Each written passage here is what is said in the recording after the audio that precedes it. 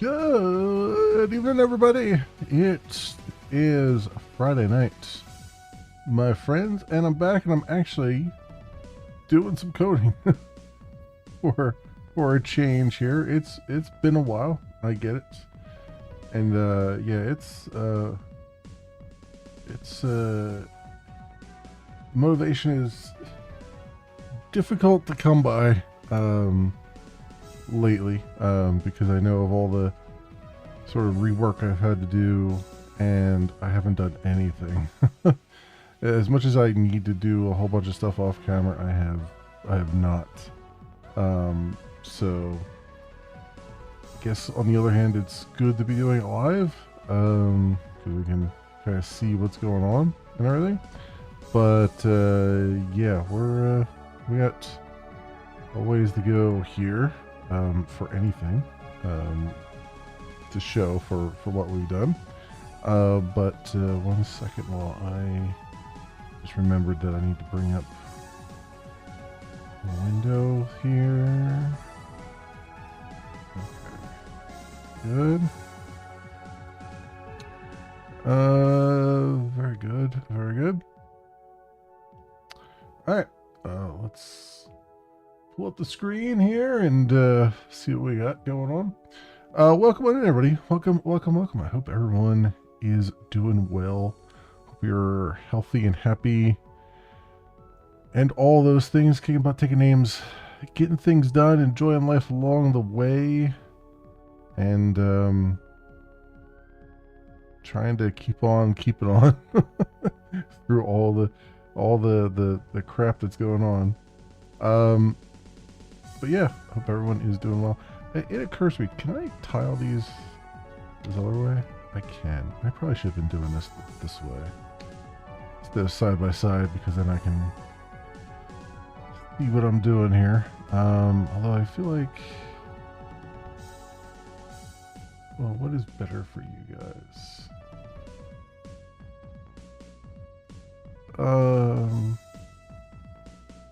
I feel like I should have it the other way here. And that down there, and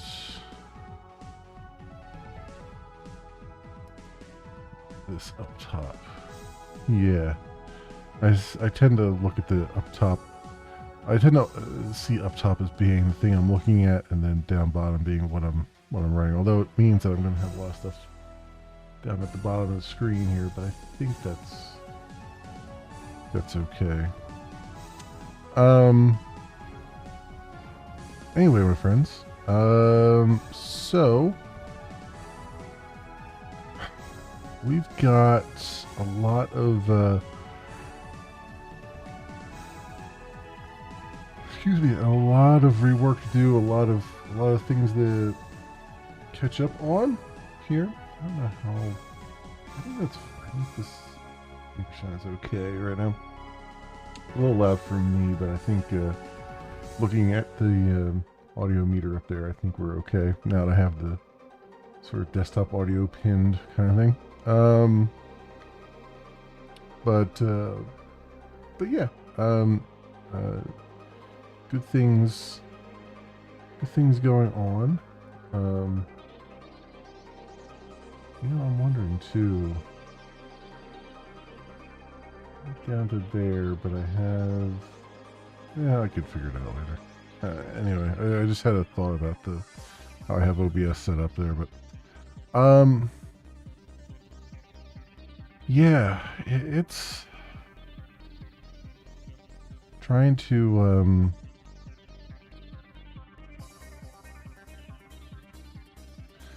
I don't know.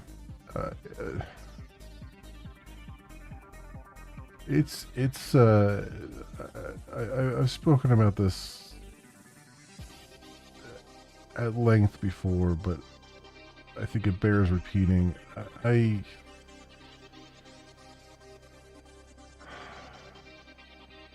struggling to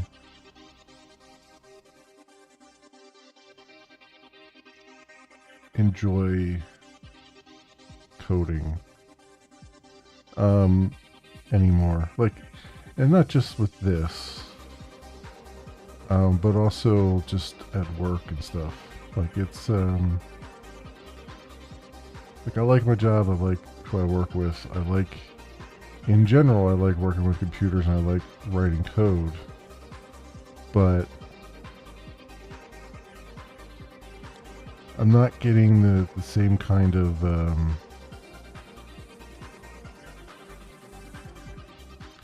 overall enjoyment out of it. You know what I mean? Like there were times in the past when it was like, you know, you get a particularly difficult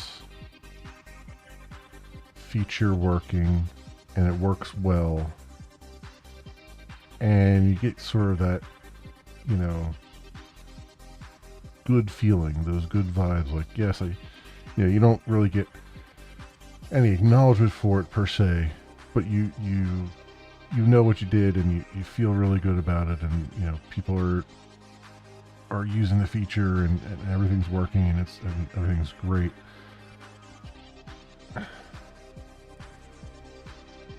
Lately, I'm finding, you know, within the past 2 to 3 years, I'm finding that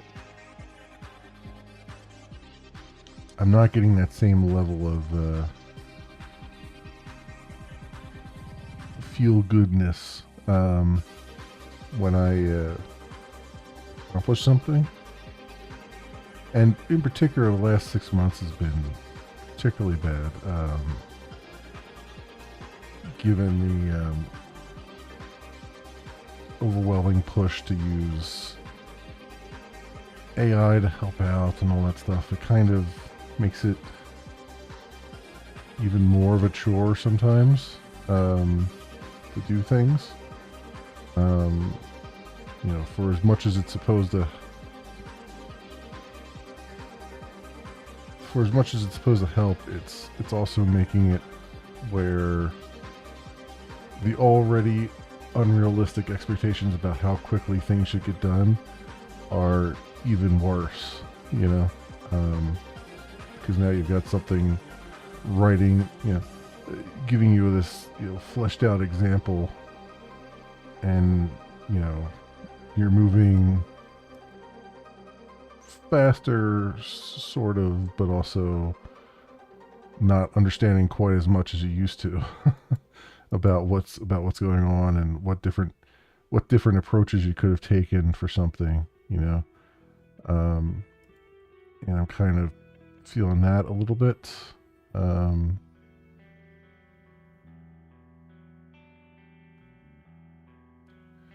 And it's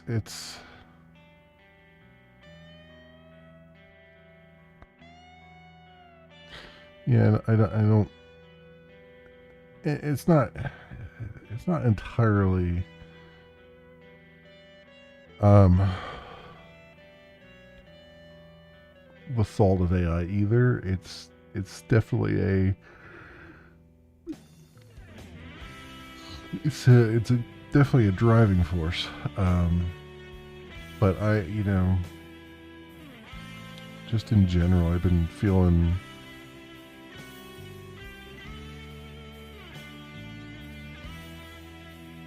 I've not been feeling upbeat about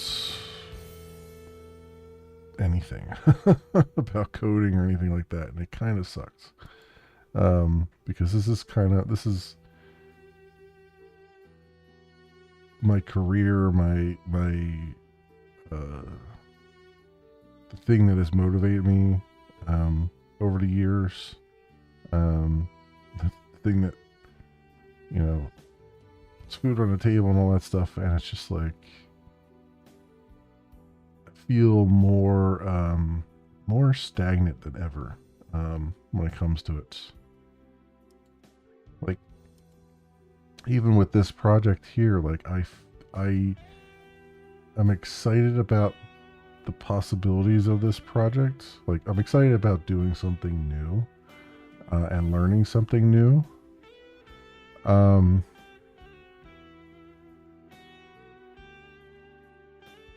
But even that is very, very muted in my brain for some reason. It's like for whatever reason, it's not all the happy neurons are not all firing off. It's like there's just like, I don't know, like a fog of war over over everything, you know. When I'm sort of doing this stuff, and I've been trying to shake it off as best as I can, but it just, I don't know. I need to figure out a way to, like, I guess, at the risk of being overly dramatic, fall back in love with coding and not necessarily coding, but like problem solving. Because that's essentially what I'm doing here. I've created a problem. My problem is I want to learn this, and the solution is to write code to learn it. And I think that's where I'm trying to. That's where my motivation is faltering a bit. With regards to that, queue creation info buff is where we left off, right?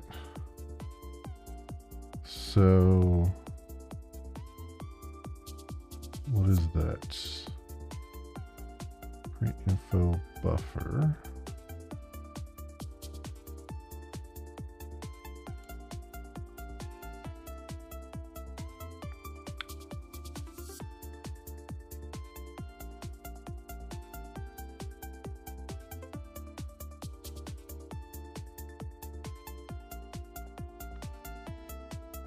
Enabled.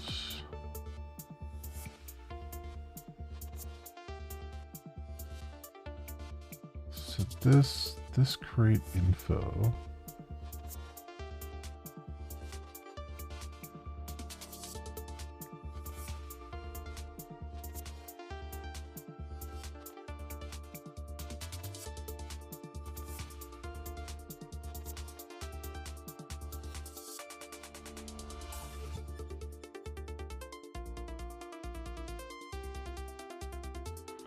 Alright, so it's the number of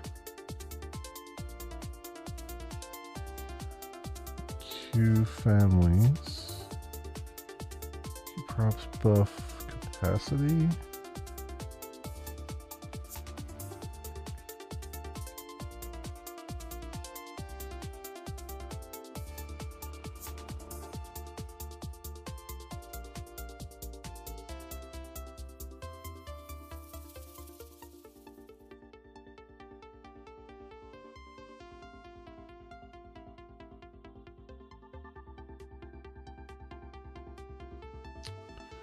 Queue properties buffer, number of family. Okay.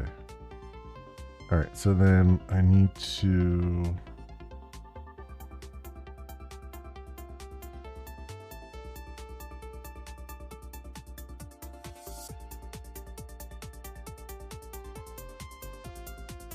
queue count creation buffer. Okay. So. What are we saying here?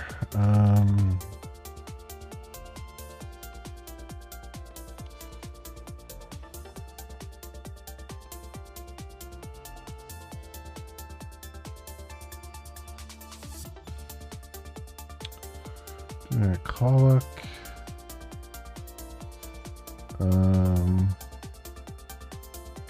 Capacity and stack. So.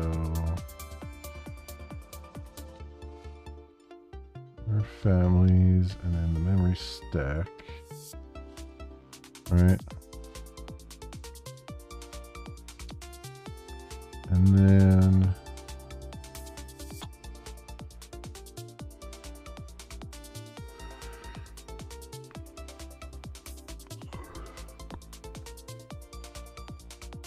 so what are they doing? Priorities, properties buffer get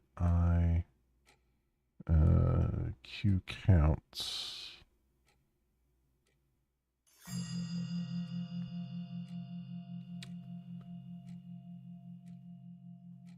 Okay.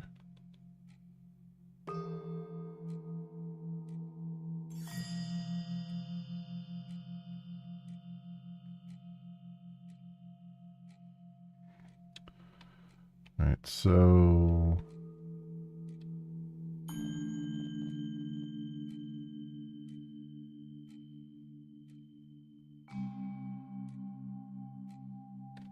what is Q properties buffer?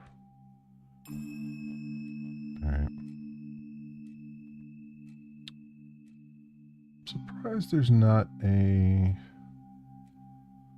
Q family index priorities. Buffer priorities, call float, Q count. All right.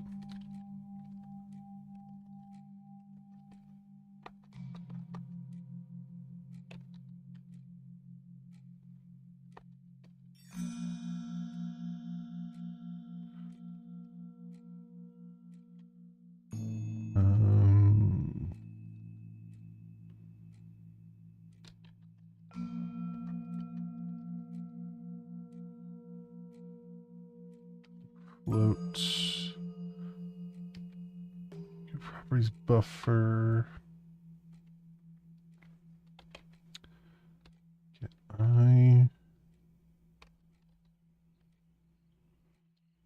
Q counts.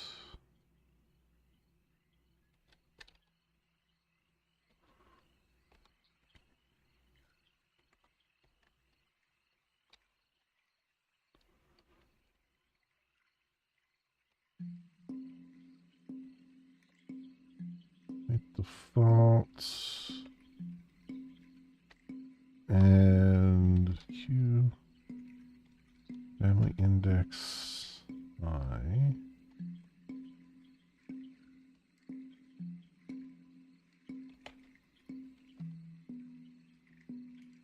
Yes.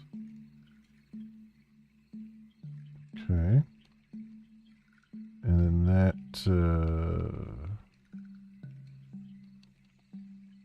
goes into here. Yeah. Goes into there. All right. And then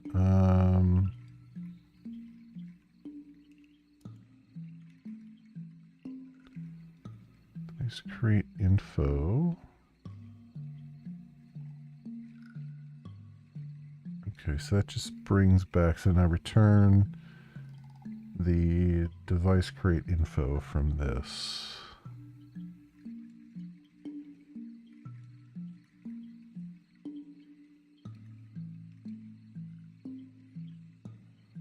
Create info.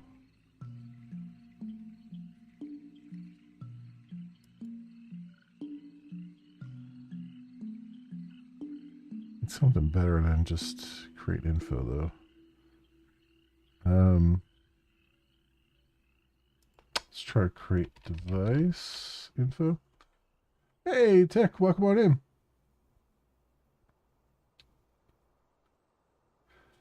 You got Escape from Duck Off, and it's a ton of fun. Yes, I've been playing it. It is a ton of fun. I really enjoy that game. Yeah, Escape from Duck Off has been really, really good for a top-down thing. Just start yesterday, changing it back to night shift. So Monday you go back to night shift. Oh, good, good. Back to something more normal. That's good.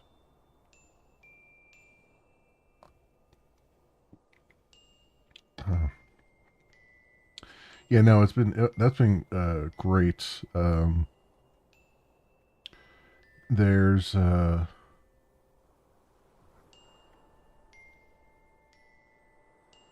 that. I've been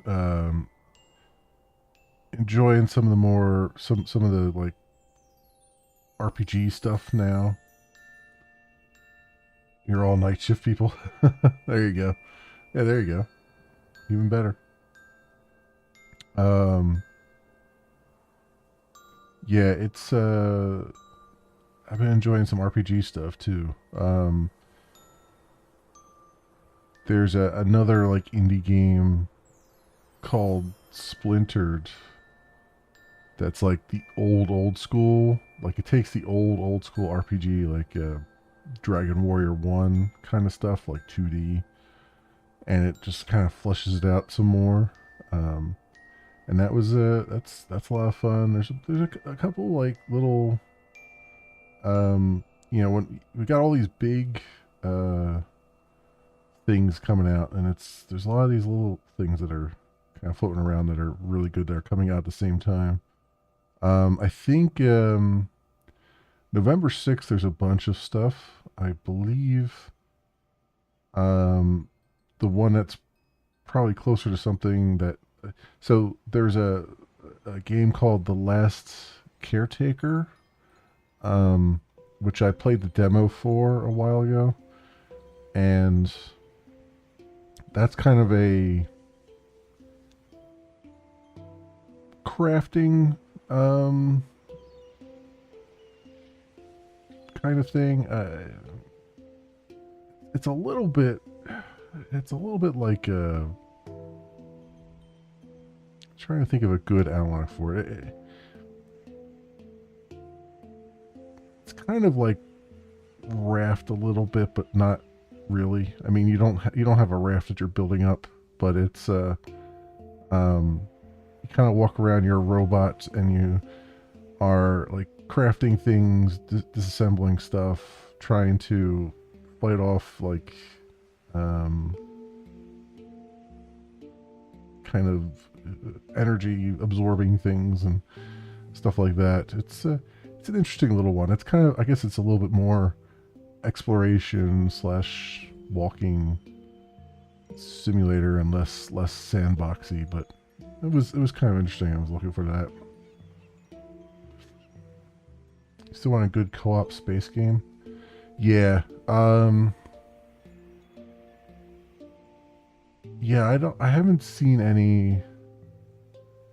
Most of the space games I've seen are kind of either top down 2D things. Like there's one I think called Space Chef or something where you you fly around to different planets and you kill the wildlife and use it to make burgers and stuff, which is I think pretty funny. But it's like it's a pixel 2D thing. Um, and what was the other thing? I don't yeah, there's not much. I mean, there's not a whole lot that I've seen really. Most of the stuff now, it's it's a whole flood of like what they're calling friend slop, which is like these games that require like co-op locally to like they're not single player at all kind of thing. And then you've got stuff like Arc Raiders and stuff which I would enjoy better as a single player game than as what it is, you know.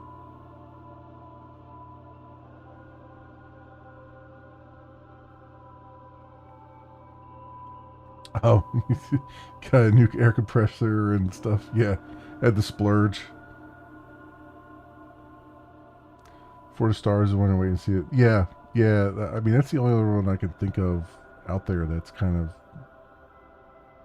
in that genre. Um, Nothing else that I've really seen. Um, it's interesting. I mean, yeah, it's crazy. Just wait, wait off, put off. Yeah, I know. Well, I mean, we all gotta splurge sometimes, right? It's like sometimes you know you just keep putting it off and putting it off. And you're like, look, we'll get there, we'll get there, and then it's like, you know what? I'm just gonna do this. I get it. I get it. Yeah.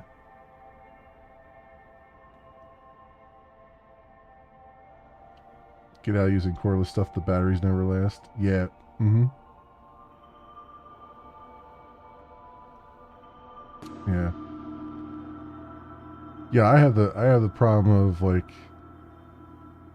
I have a lot of cordless stuff, but it's so old you can't find the batteries for it anymore. I had to go online and try to find batteries for my cordless drill and stuff because they don't sell it anymore. And so it's like, how am I supposed to get a replacement battery for this thing?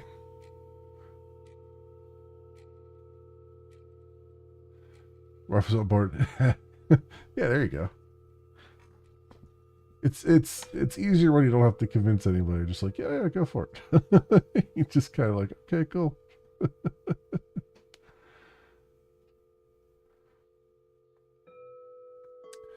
When you do that, is go to a batteries plus. They can build you a new. Oh, okay. Yeah, I didn't know. I didn't know that. I just kind of was like, all right, I'll look online and see if I can find, some secondhand thing that still fits in there. And I did find one for the one cordless drill at least. So I have that still. Because I get to a point where it's like the battery just doesn't take a charge anymore. And so I had to like just find a brand new one for it. But I was able to find that at least.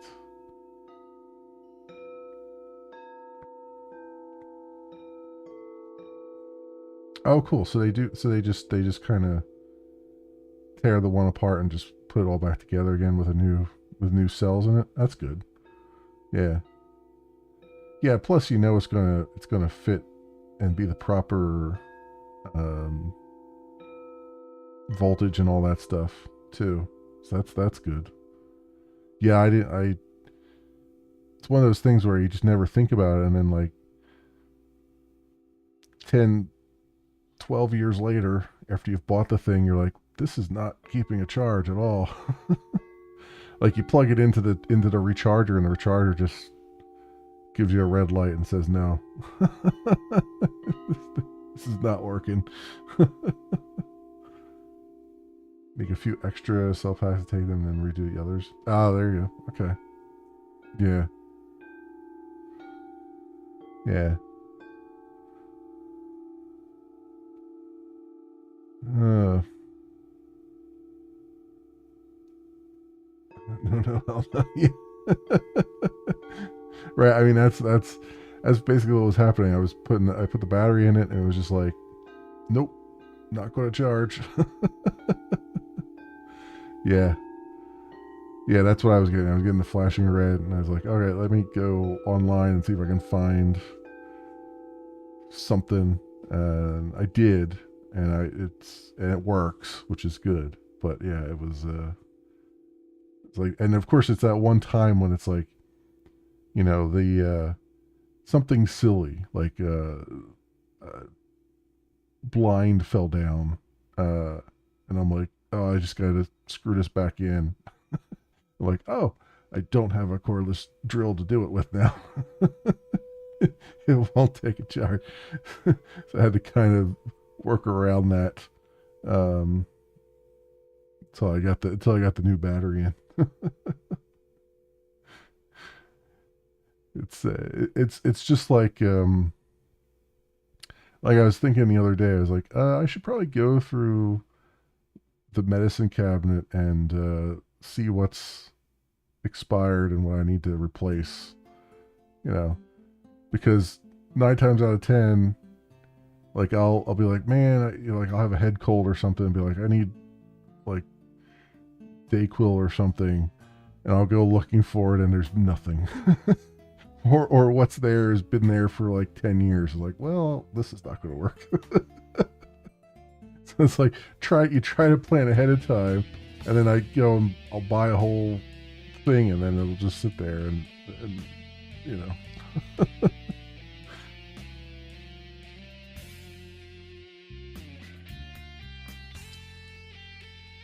That's why I got a new big compressor and one small one. Take anywhere.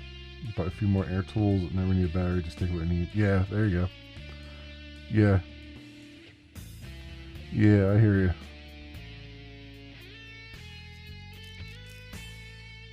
Yeah, that's good. That's good. You can just use that everywhere. That was the one interesting thing I saw in the Rivian trucks, is that they have a built-in air compressor in the back bed, so you can just plug your air tools right into that and just take it right off the truck's battery, which was pretty interesting. Unfortunately, Rivian isn't exactly doing well. nobody's buying them, but you know.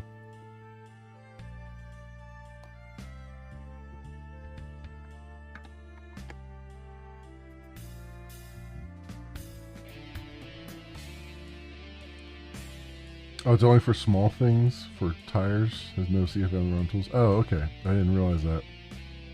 I mean, that would make... yeah. I mean, they did only show it for pumping up the tire, so I guess that makes sense. That they don't want you to... It doesn't have enough compression for anything more than that. Because I guess on the other hand, it's kind of a safety thing, because people would probably use it to pump their tires up and end up blowing the tires out. The pressure. So I guess that does make some kind of sense with that.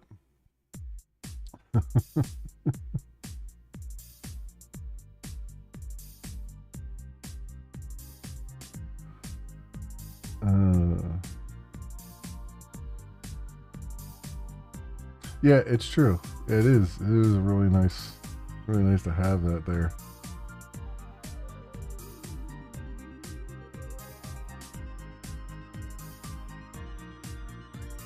It is really nice.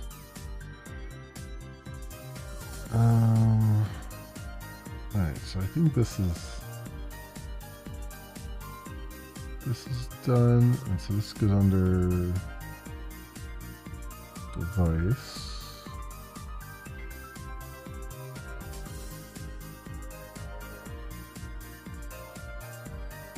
So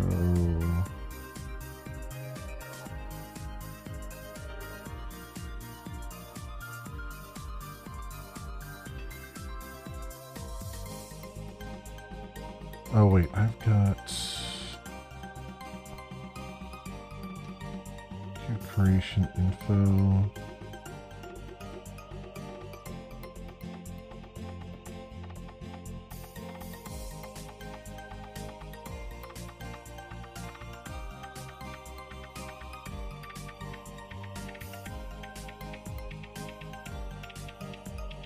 Wait, what am I doing here?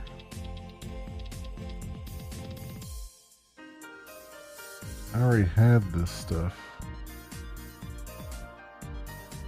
Features 1.3. Oh, I think I was changing this around to be this way.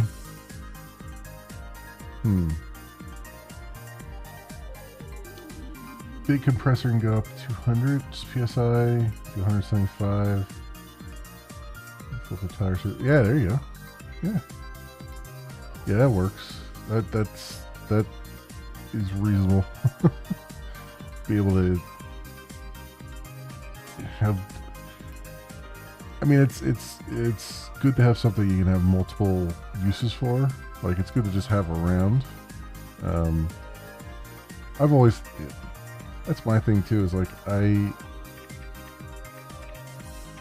I've never had enough room in the house here to have any kind of workshop. Not that I would utilize it that much. I'm not that handy.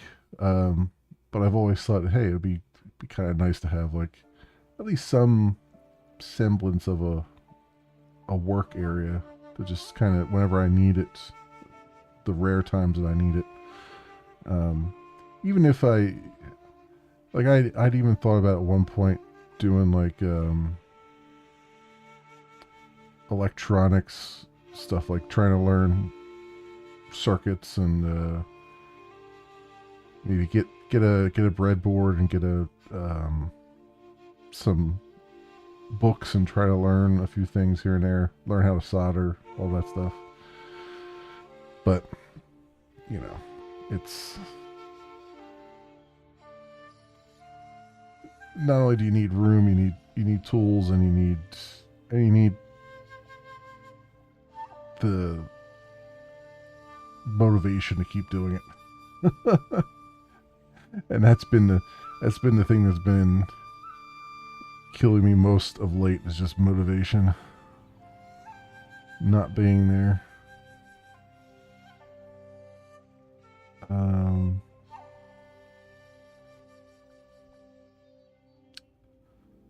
Stack push. So I was trying to bring this up to speed with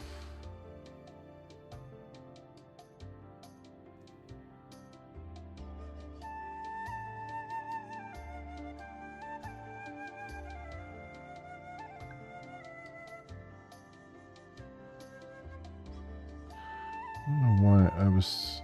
Okay, yeah, I was trying to bring this up to speed with what was up here. Okay. Because there are differences.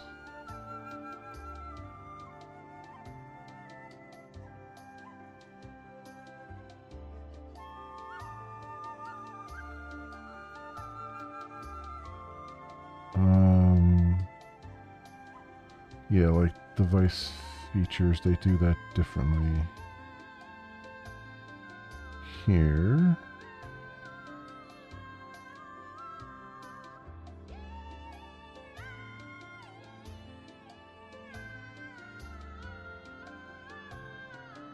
Where is that? So the features go into the device. Oh, that's why okay, so that's why I moved everything there.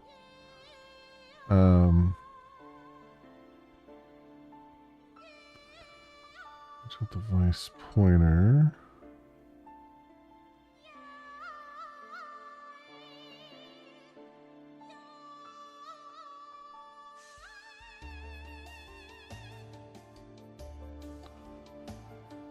Okay, so then create required extensions. Do we use this? So that's used in there, so that really should be in the method as well, right? Did I put that in there? I have it coming in, but I feel like that's used in the DK device create info. So I might as well just put that in here. Well, actually, what is that calling?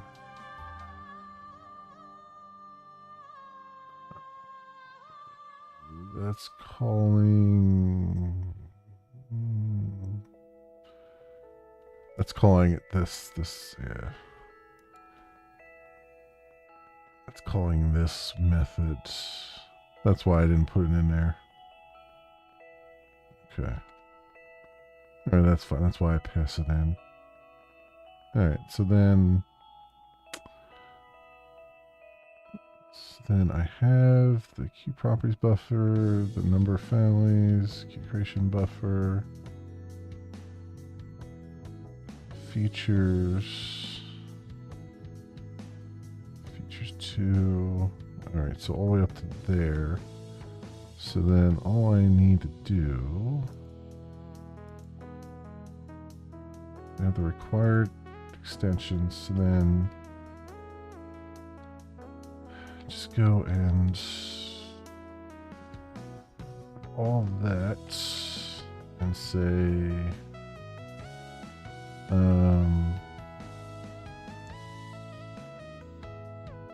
Device create info.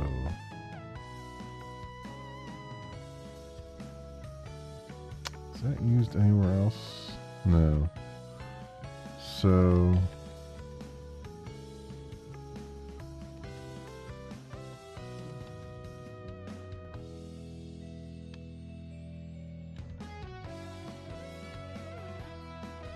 utils, create device info, stack, required extensions, physical device. There we go.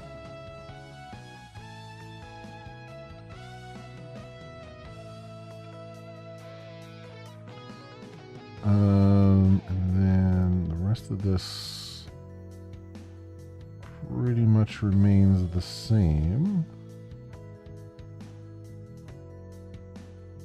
Okay. So we got that up to speed. Yeah, because we had the create required device extensions in here.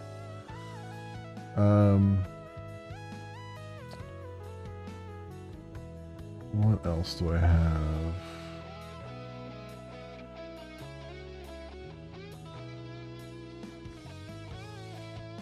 Get device extensions.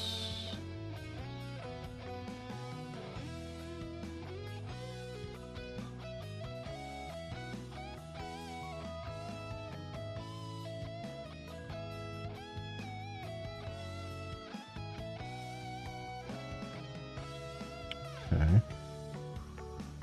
Device. This seems like it's probably the same. Oh, that's the one thing.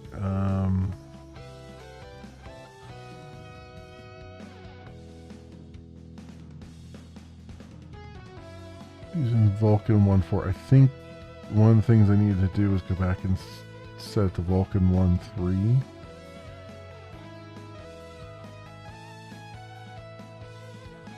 Because there are differences in 1.4 that they don't have in here, and I couldn't figure out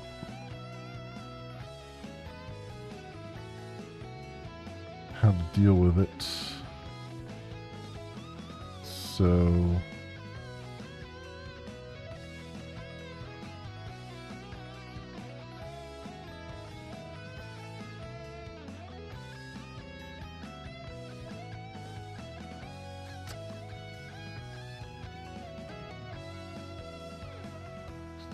VK13.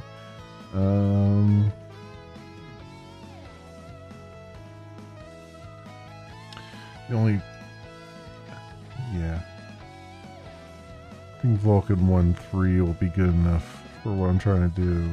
Vulkan 1.4 is still pretty new.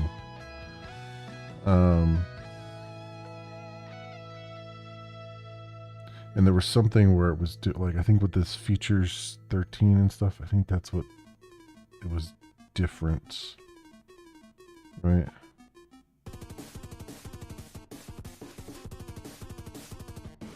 Yeah.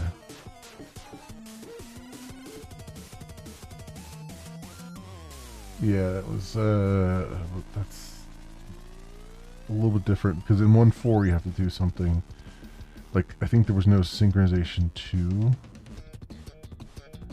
or something, or, yeah, or dynamic rendering or something like that. It's completely different.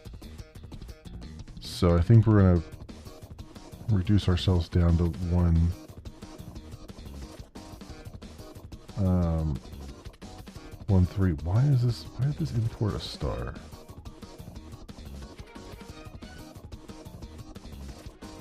I don't like star imports. Why?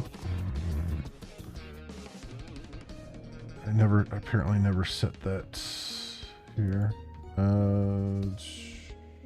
Settings. I can't believe in this day and age IntelliJ by default puts freaking star imports. Like, that is never acceptable.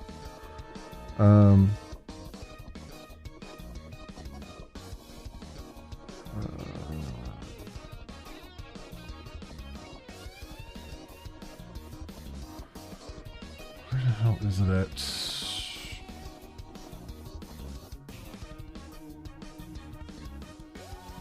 Imports.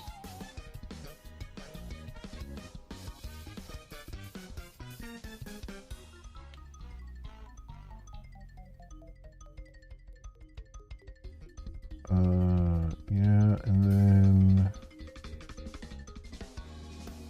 how do I tell it to?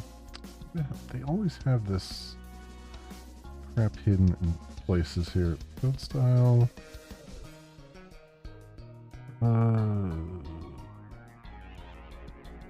Java.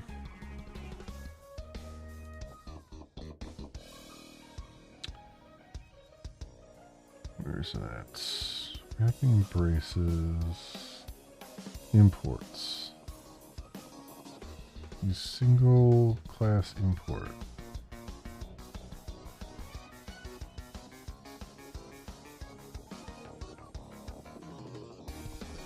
Oh, yeah, that's this damn thing here. I hate that. 99.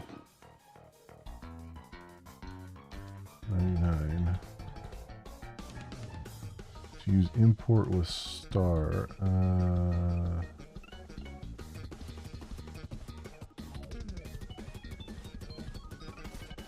Do not use star ever. It bugs me to no end that you can't just turn this off entirely. I have to put a ridiculous number in there just to make it write code that's actually proper and correct. Yeah, there you go. Now it's pulling them in correctly.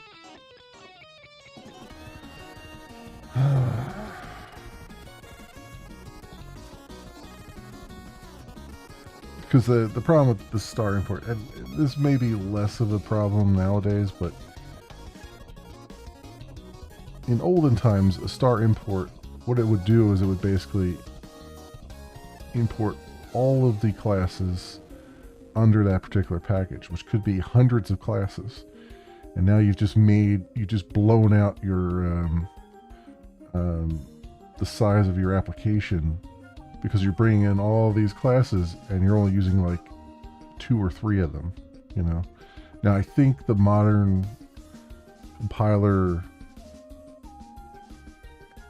doesn't do that anymore. Like it's a little bit safer to use the star import, but still, it's anybody reading the code wants to see exactly what you're using, not just, you know, this whole package.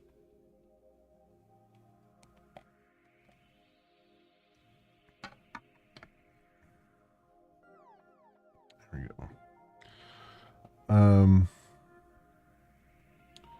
So all that was to say that I need to come back here and I guess wherever we have Vulkan 1.4, change it back to 1.3. Let me see here. What would be the best way of doing this? I guess there's not really a best way of doing this. Just gotta do it class by class.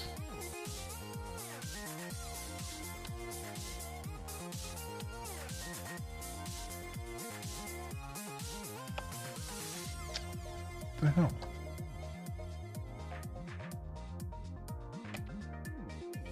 Yeah.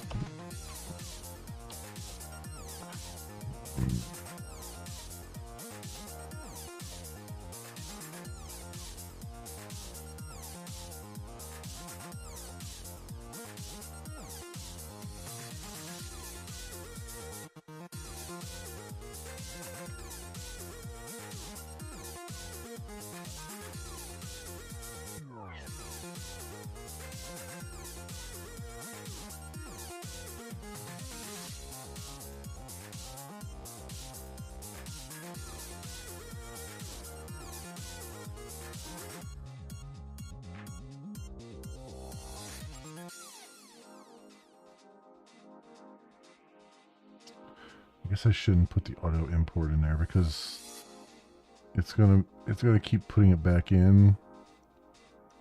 When I want to see everything that's failed.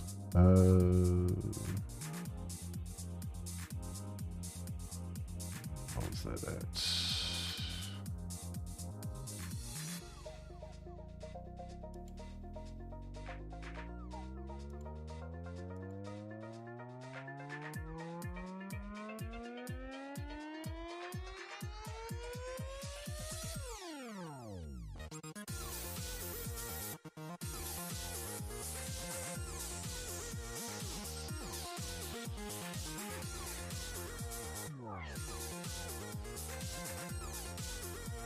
Was that one? Yes, it was that one. There we go. And then I can see what fails. Fix it.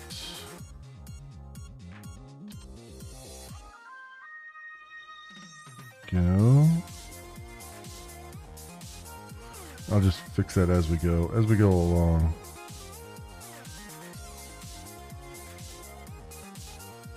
Because everything, I think pretty much touching everything here.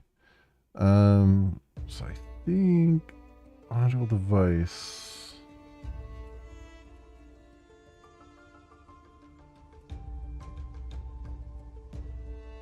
is now up to speed. Get device extensions.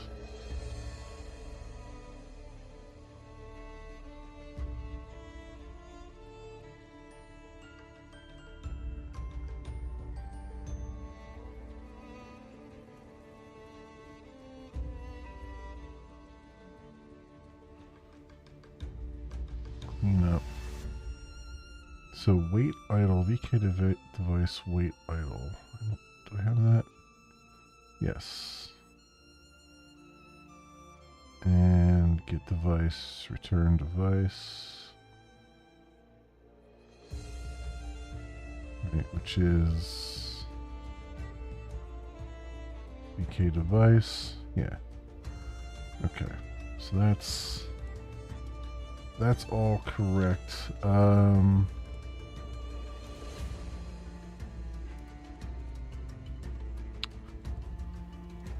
what else do we have here?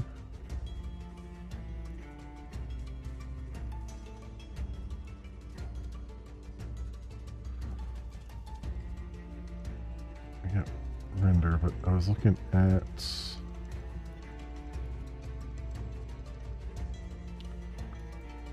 down to device. So command pool, command buffer are brand new. And did I do those? I didn't leave myself any notes as to what I did or didn't do.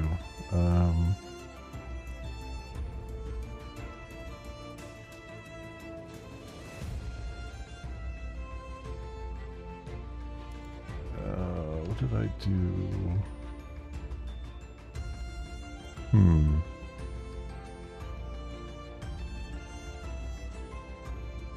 I don't think I did those yet. I should just go down the list.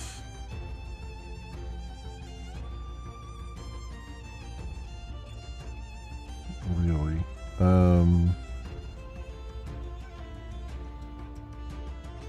So I know what I'm... Oops. So I know what I'm looking at.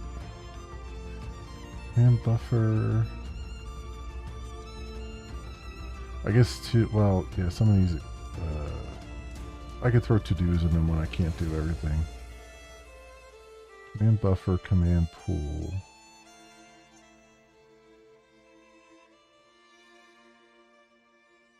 That's what they have here.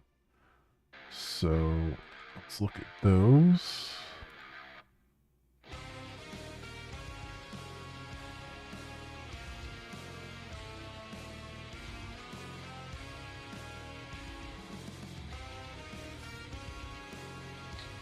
Okay.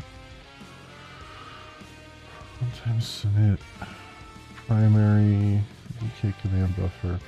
Alright, so where does this live at? Guess I could just put it anywhere right now and then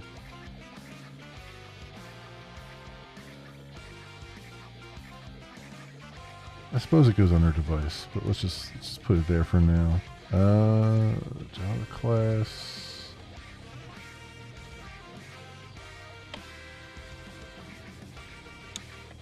Alright. Alright, what do we got? One-time submit in primary. You got the actual command buffer itself.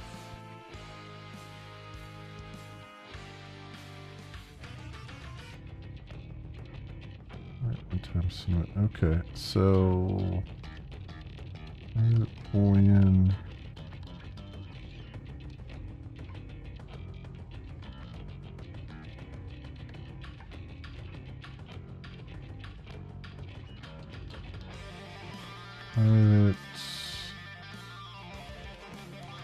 Okay, command buffer.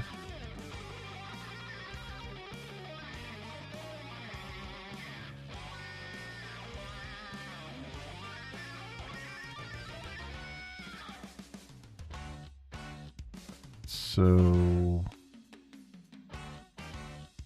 get device, get VK device. What is that? That's the logical device? Or physical device?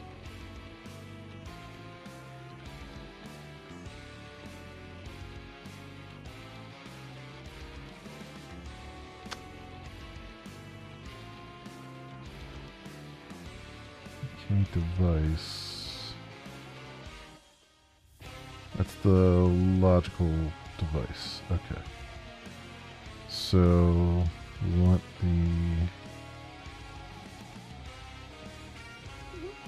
the logical device.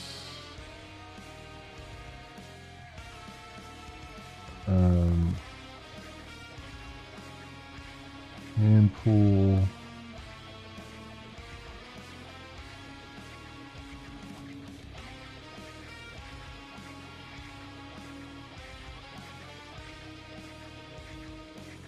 Alright, so I guess I can get the logger going. Private static final logger.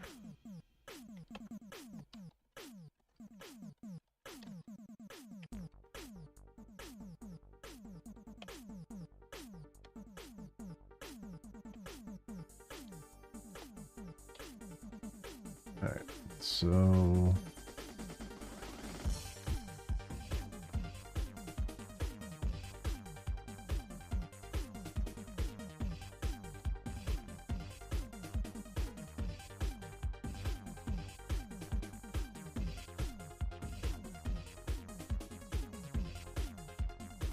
okay, and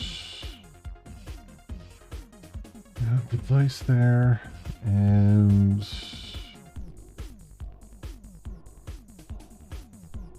got a memory stack. So we're doing a command buffer, allocate info.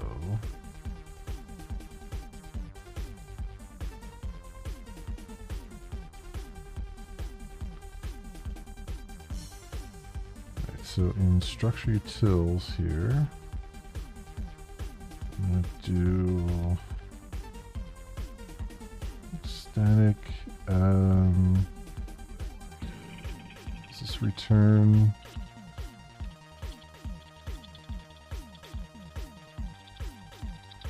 okay, command buffer allocate info. Okay, command buffer allocate info.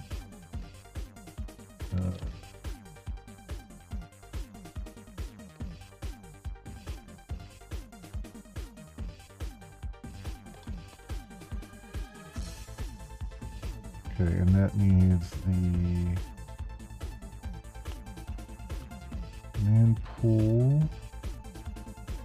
Long value, so it needs the memory stack.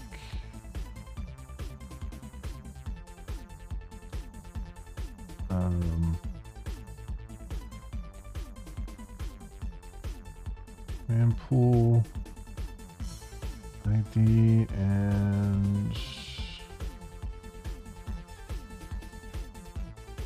buffer count.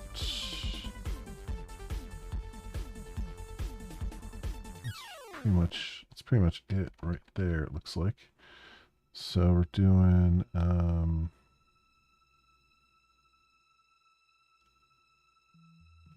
what is the most important thing to come back from this?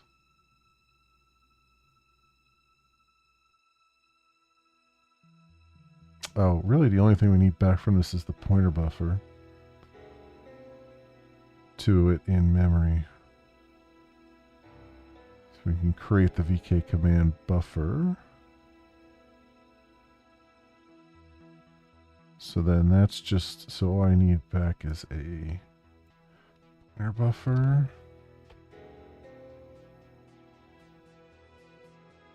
Actually, I don't even need the pointer buffer back. I just need the long back from it.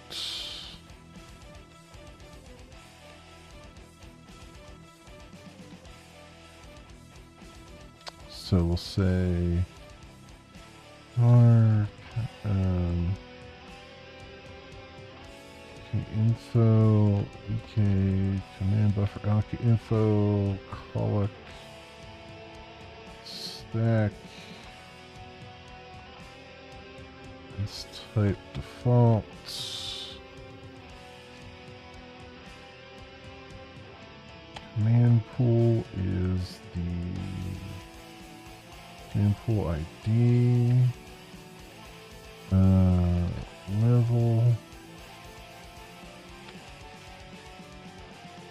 Oh, I see. If it's primary, otherwise secondary.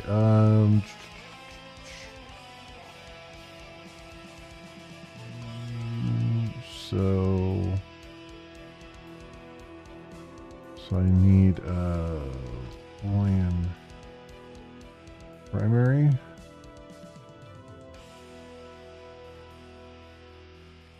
There. And let's see, we'll say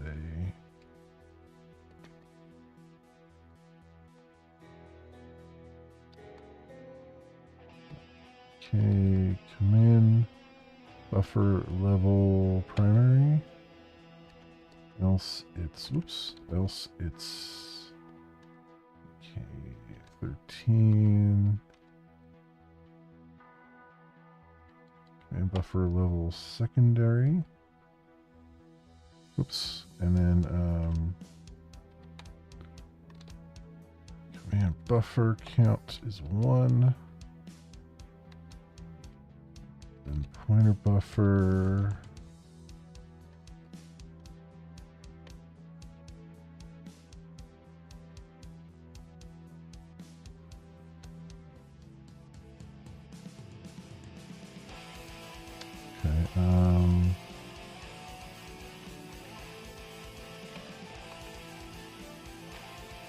If needed.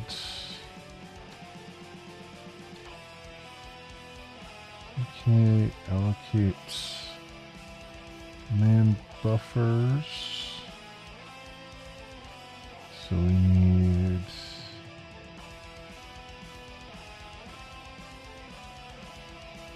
I need to pass the device into.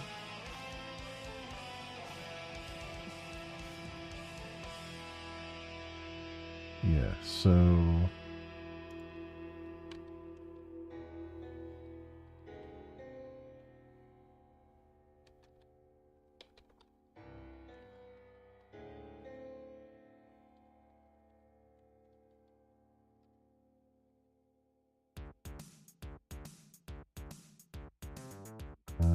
allocate info and pointer buffer.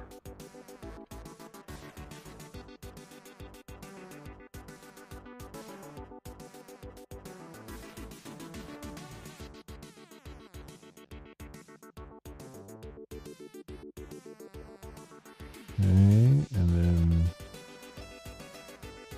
just return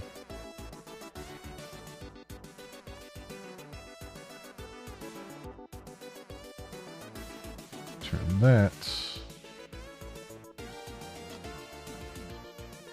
Okay, and then back over here. We just have to do, just wrap in a try catch. Well, try with resources.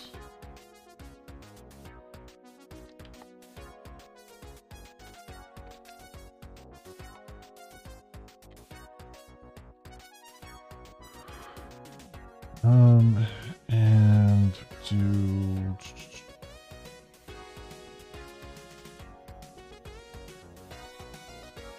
what do we do? Command buffer, new VK command buffer. Okay, so this dot command buffer equals new VK command buffer.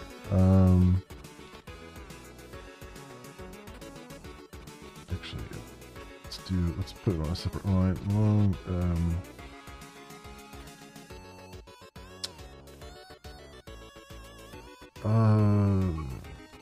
Command buffer ID as structure tools. That stack. Device.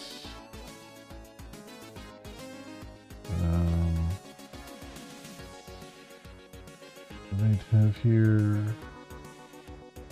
command pool, get ID, partner. Right, and then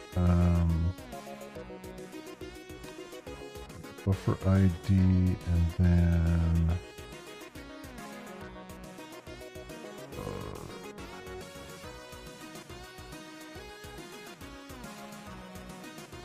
device.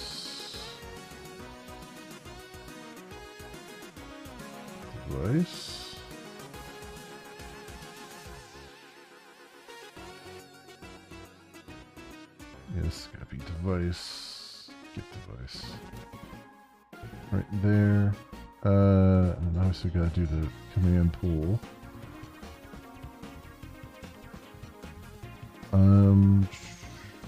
That's the command buffer.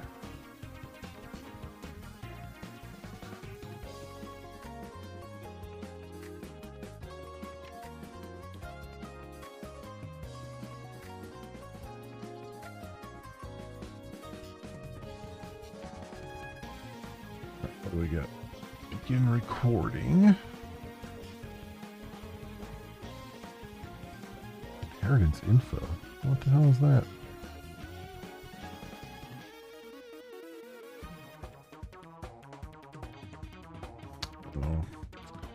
Oh.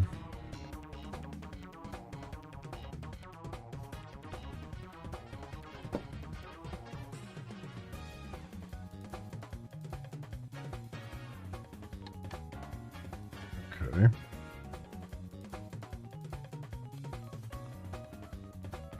Inheritance info. Where are they using of that? No.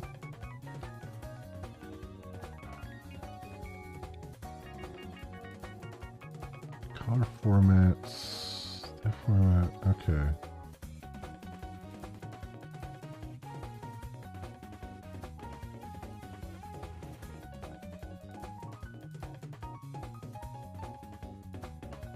Does this really require its own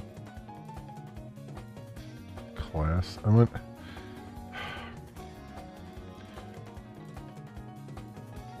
Color formats, visualization samples, depth formats.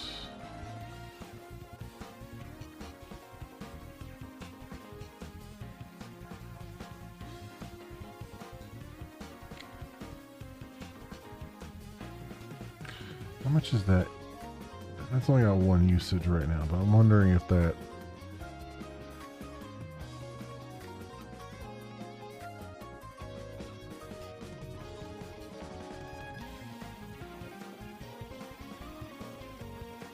I'm wondering what.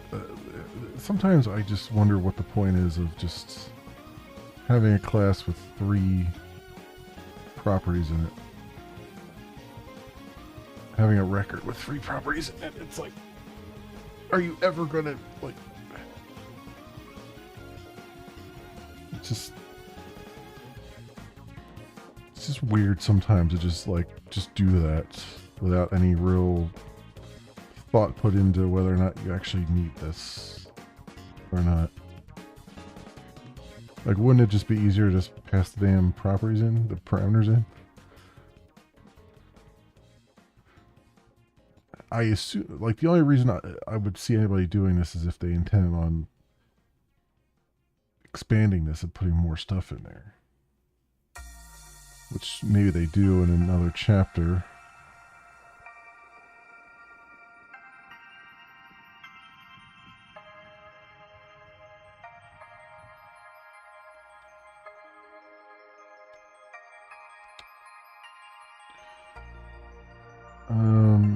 And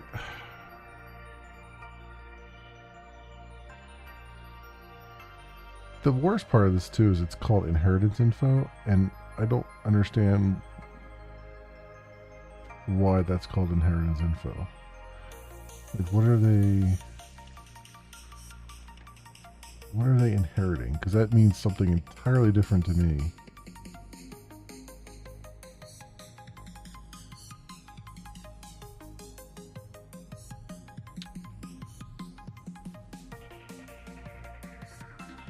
And buffer.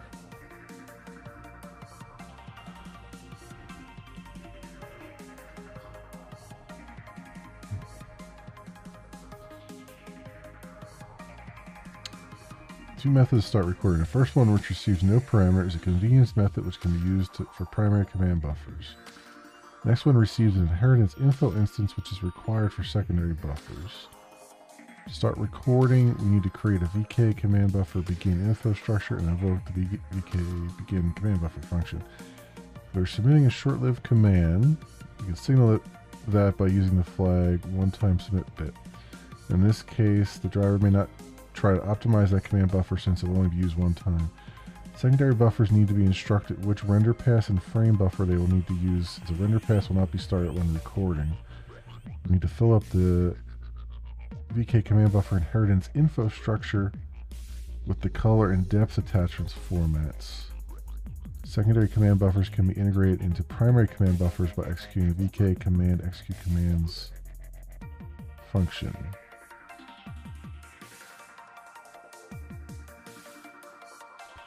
So they're calling it inheritance info because that's going to go into this VK command buffer inheritance info if you're doing a secondary command buffer.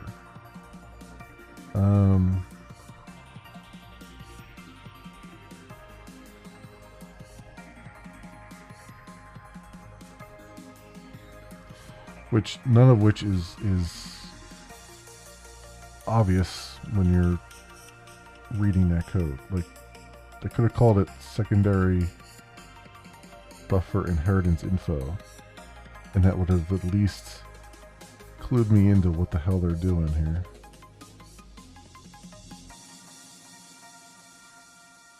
Alright, so what we're going to do is I'm just gonna, you know what? It's just a Pojo. It's a record. So I'm just gonna put that under Pojo here. I'm gonna say new Java class. It's a record. It's gonna be secondary buffer.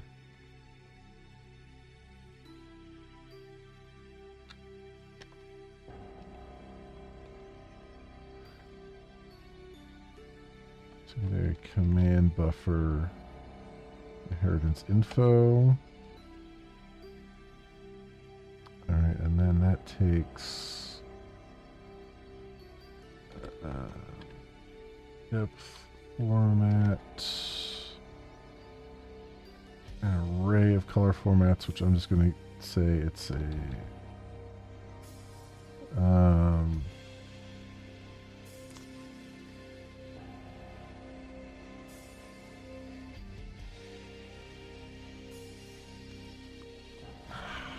do I really does it need to be a list? Because I'm wondering, where does that get pushed into? Oh, for Christ's sake, really?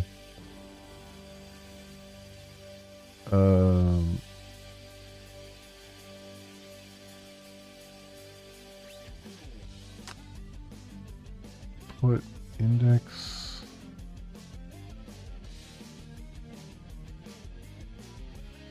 Color formats. Doesn't an int buffer.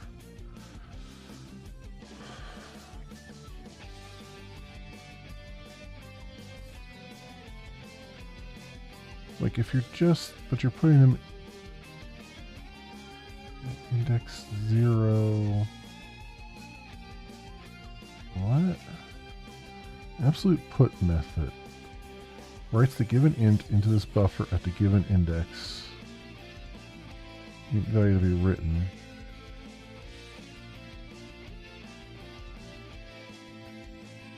Int I.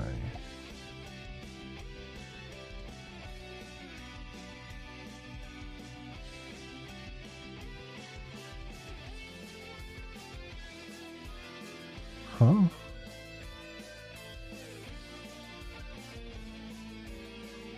Doesn't it,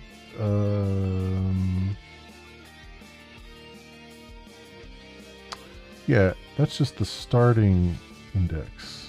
Yeah, because it's not replacing it there, so that's the starting index. So isn't there just like a put with, just put all p color formats?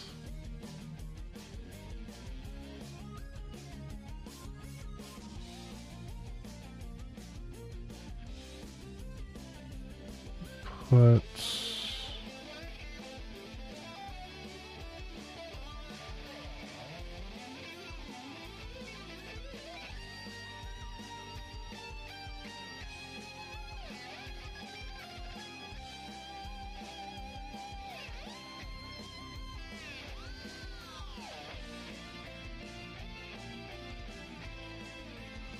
takes an int buffer, but if I did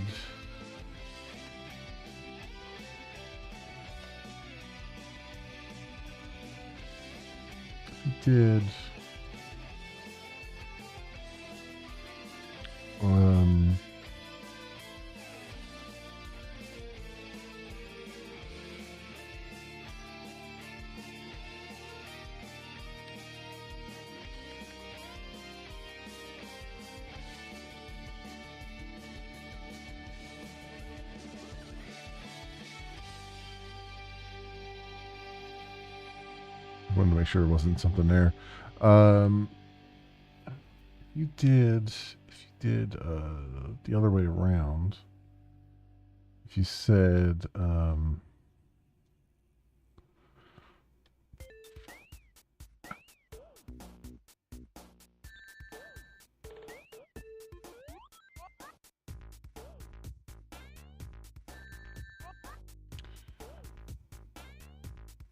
trying to think. Arrays. No.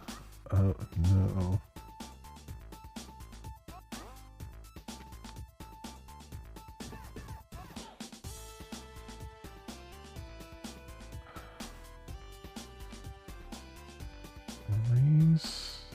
Dot.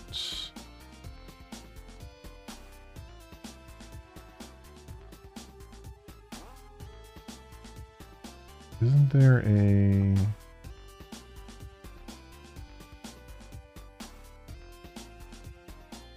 stream? Yeah, stream inheritance info, color formats, dot for each P color formats put. Yeah. Yeah, you can just do that. So there was no reason to put color formats as an actual array. You just make it a list of ints and do this all in one line. All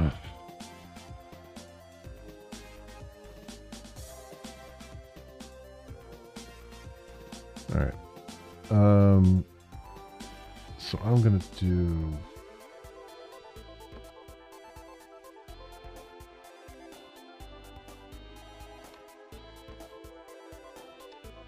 formats, and then what was the other?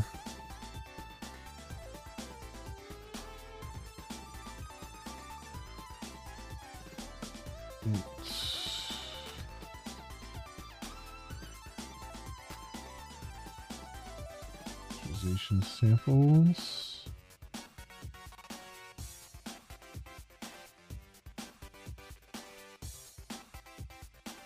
Okay.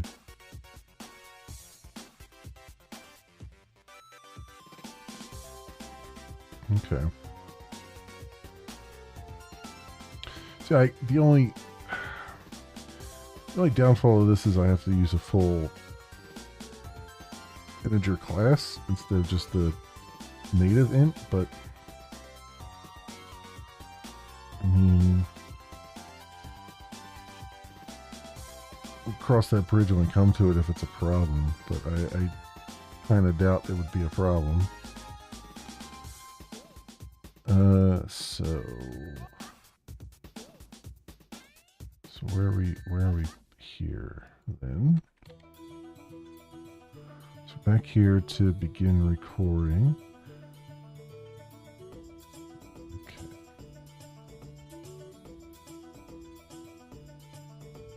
So public void begin recording.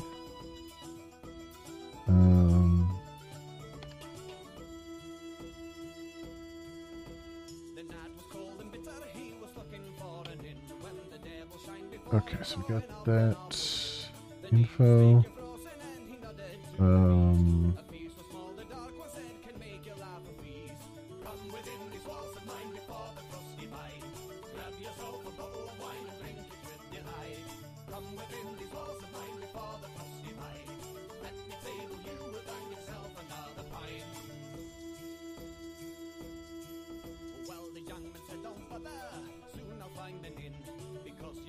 Primary.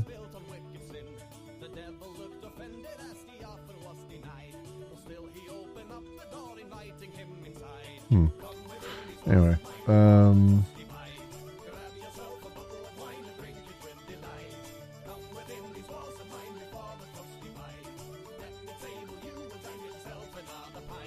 stack push there, and then we're doing command buffer begin info.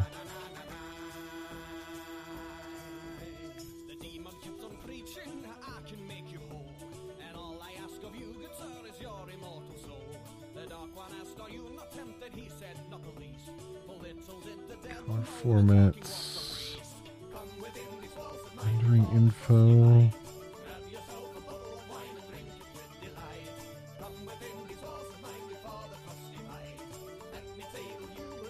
So these, I'm thinking.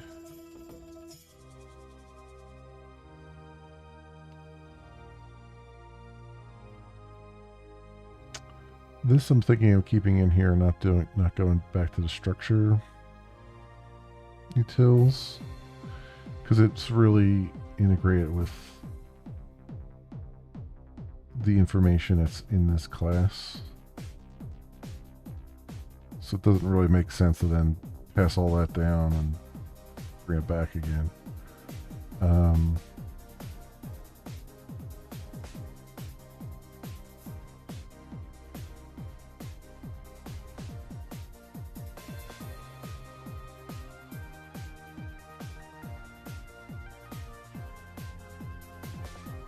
Especially since like there's this whole secondary buffer inheritance thing here.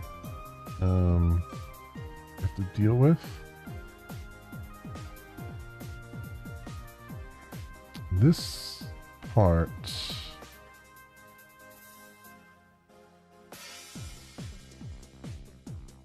what I might do with this part is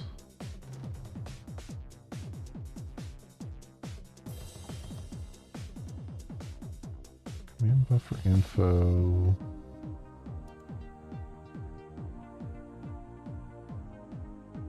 So that's all just to get that inheritance info there. This part I might push out. In fact, I think I will. Because that's relatively compact. Or relatively black box. So let's see. And buffer info.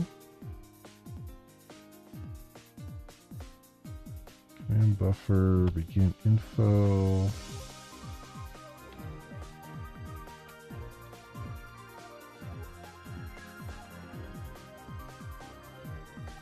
Alright. If times submit.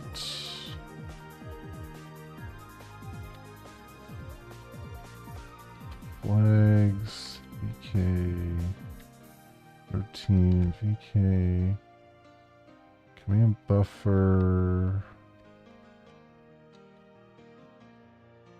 usage, one-time submit bit, there we go. Alright. If not primary,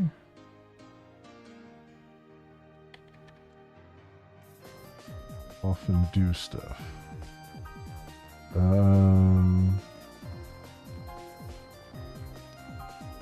Otherwise, Vulcan, utils, fail if needed. VK13, VK, begin command buffer. So, command buffer.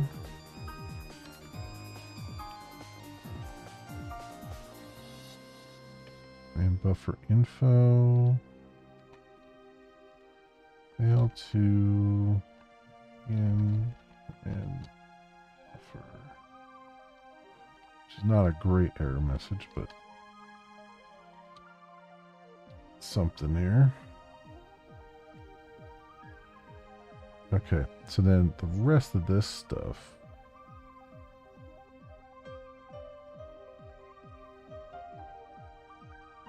Well, first of all, I can do this check here. So if info is null, throw new runtime exception.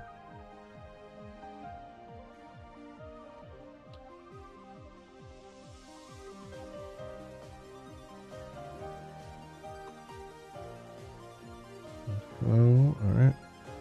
Take care of that.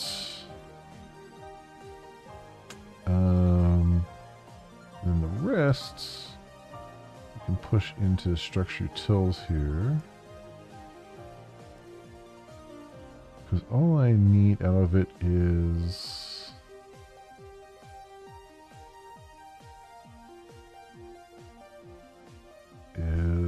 what? VK command buffer inheritance info. That's all I need out of it. Alright, so public static VK command buffer inheritance info. Great. Buffer.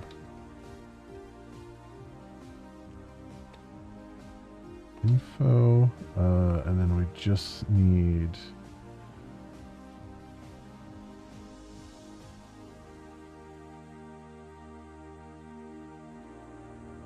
color formats. It looks like I just need inheritance info for that. So command buffer inheritance info. All right. So we say do I need the number of color formats? No, I don't. We want int buffer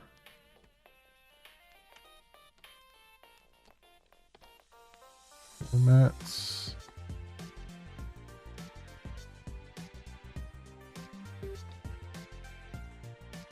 And I want info color formats size, right? And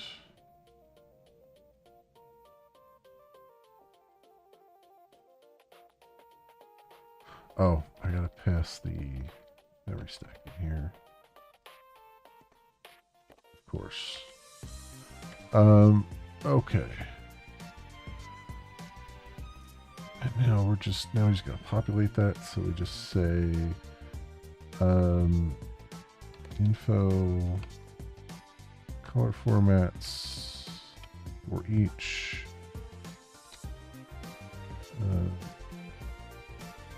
color formats put.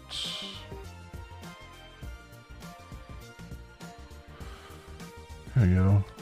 This is color formats buffer.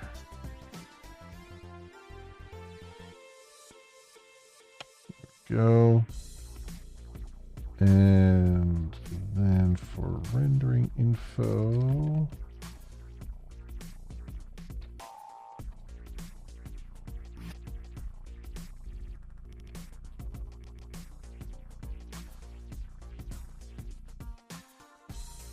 it's rendering info.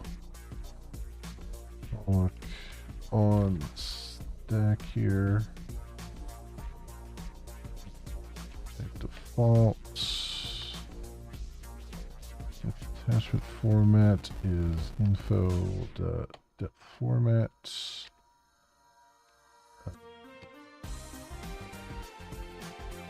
Attachment formats is formats buffer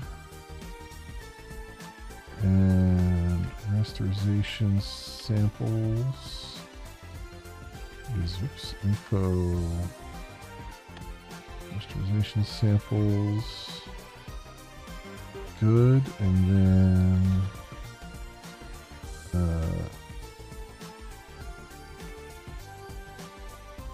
info is vk and buffer, and it's info pollock. And this type defaults. P next would be rendering info. Okay. And actually, this is what we're returning.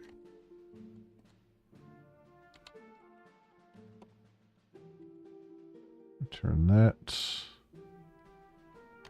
Cool. So that's our create command buffer inheritance info. So that just goes right in here.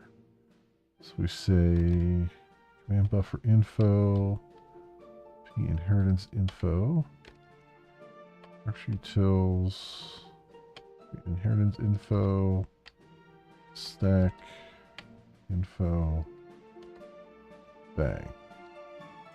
Much cleaner. Much cleaner. And then we'll do the override here.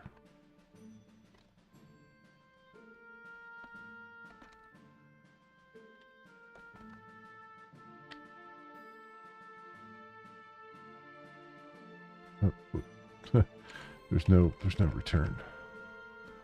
There we go. Okay. Excellent.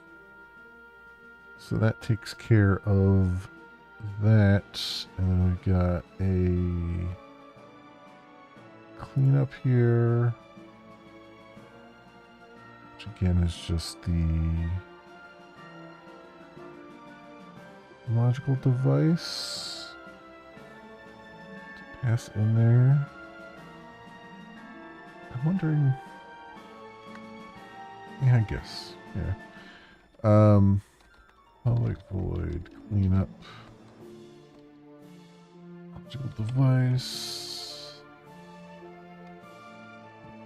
Command pool.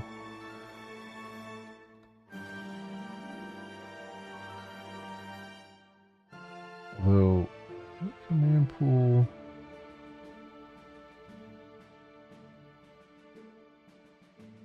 I guess. Okay.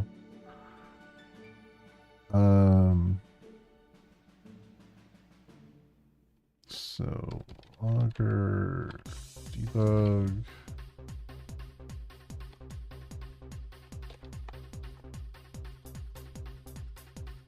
Buffer.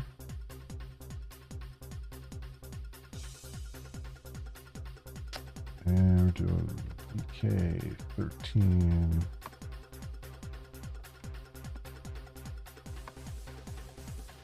EK3 command buffers. So device, get device.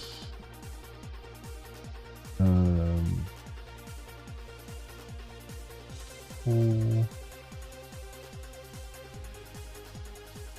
Dot get D and command buffer.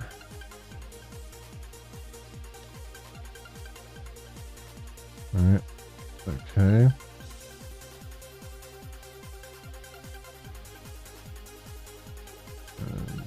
Public void end recording. If needed. K13 BK. Oops. And command buffer. Command buffer.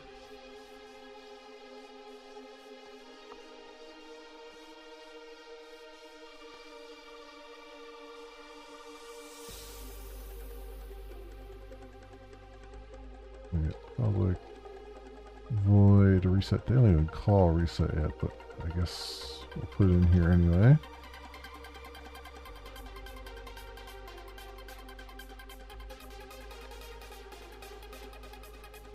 Reset command buffer. K13 EK command buffer. Reset release resources bit. There we go.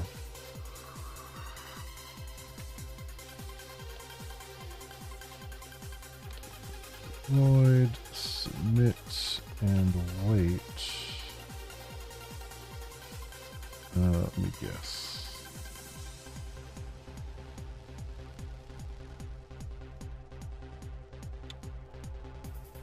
New fence.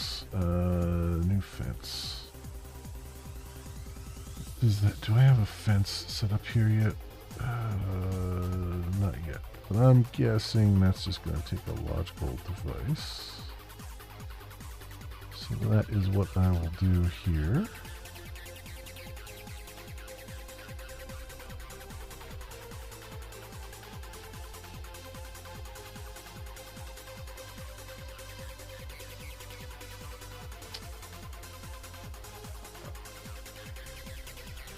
It's got a queue.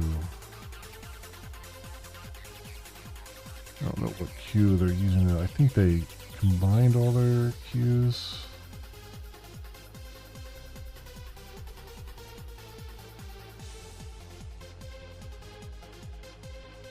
Now, they still extend the queue. So I guess I just do, I guess I just give it base device queue. That's basically what they've got there. So we'll say base device Q, Q. All right. Yeah, we don't have a fence yet.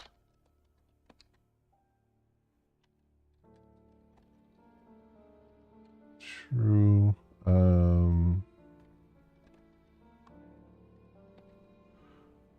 Reset device and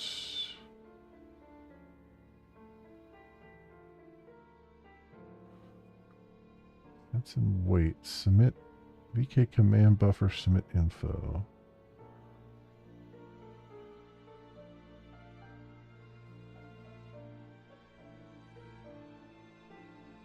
Yeah, we can do that right in here.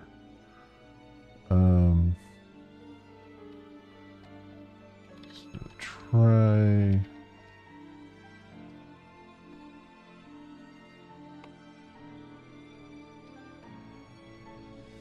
And our commands.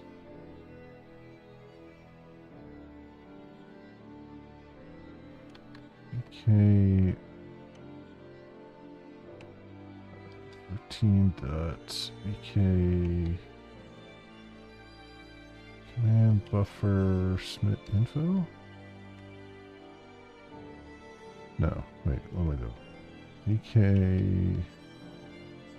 command buffer submit info. Here it is. Clock one stack. Let's type defaults. Command buffer. Command buffer. Alright, and then you submit commands. No. No. Fence, we got a lot to do here.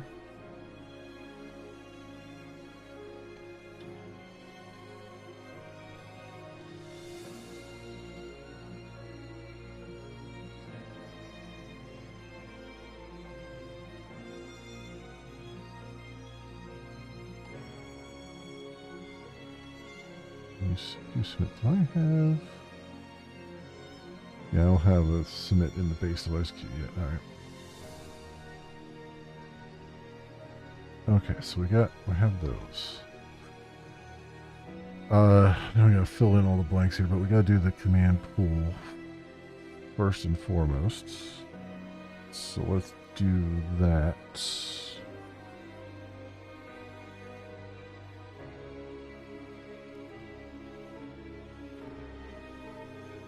Alright, here's our, so we'll go here, device, new, Java class,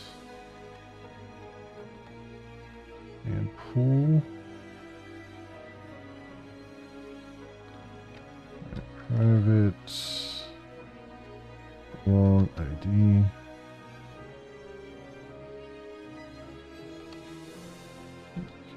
And pool.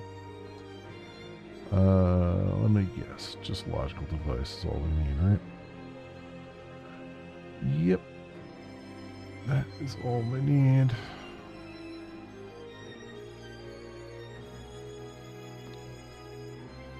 Device. New family index. Support reset. Okay. Oops, I should do the logger too. Static file logger. Factory. And pool class. Okay. Good.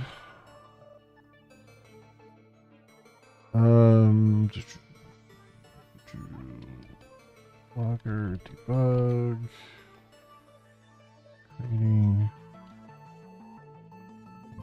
pool.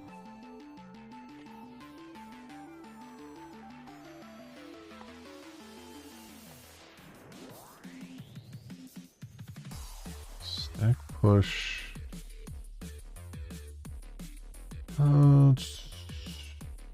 Reset. If support reset.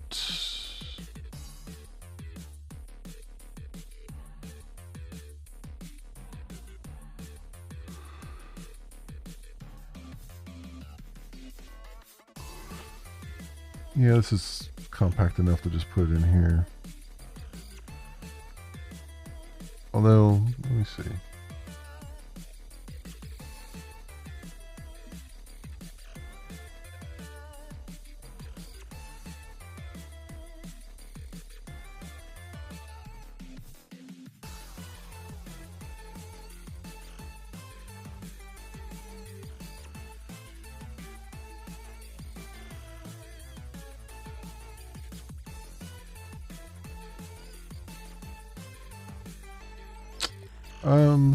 Yeah.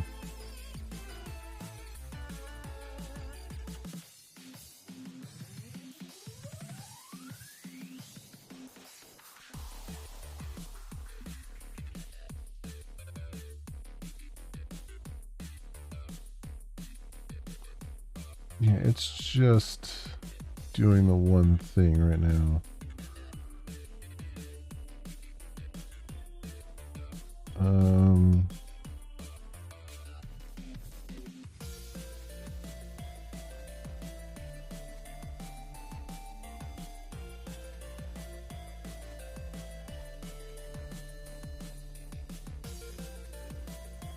You know what? I think I'll push it in there. I'll put it in the structure utils. Why not? Because all it needs to come back from it is the ID. So let's see. Public static long create command pool, and what do I need? Family index.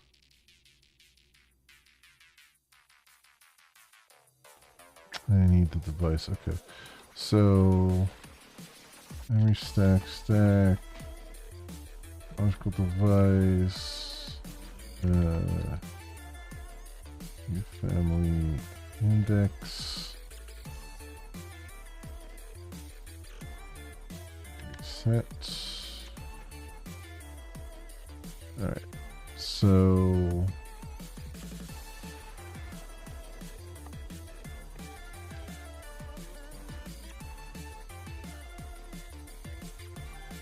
we'll create info.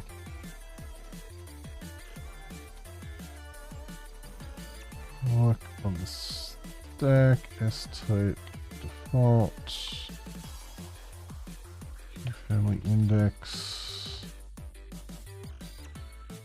Okay. If support reset, info flags, command pool create reset, command buffer bits.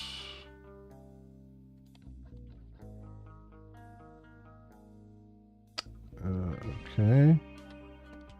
Long buffer. Stack. Like long. One. Okay, utils. Fail if needed. VK. 13 VK. Create command pool.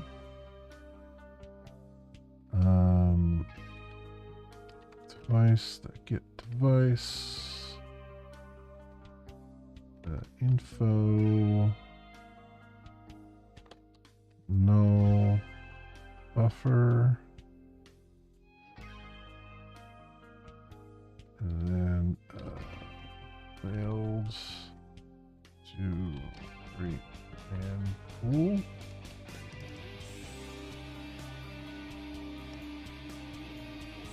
Turn buffer. Oops.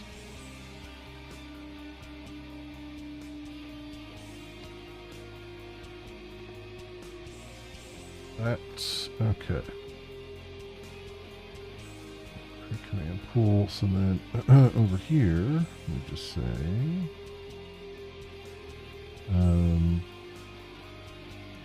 this.id is structure tools, create command pool.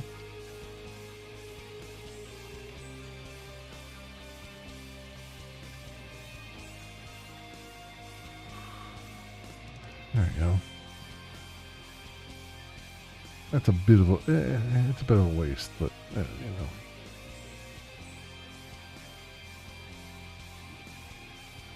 We'll roll with it for right now. All right. Void cleanup.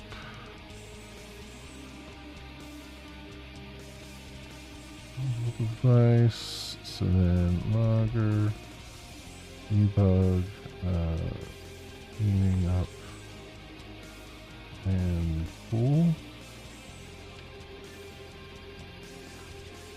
Okay, 13 VK, destroy, man pool, device.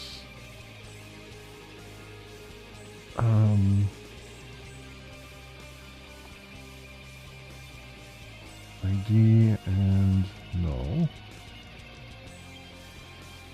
Go.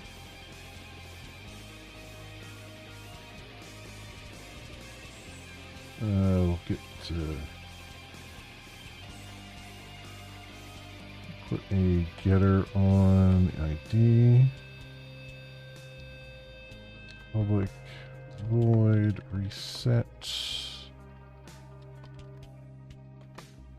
device and VK 13 VK reset command pool device get device ID 0 on the flags. All right. Unrelated problem.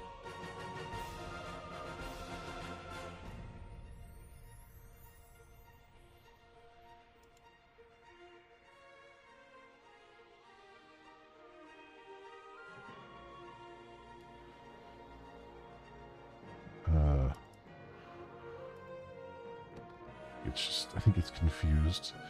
Okay, so man pool done.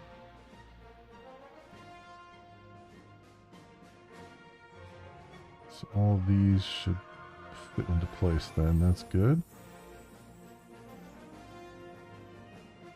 All right, so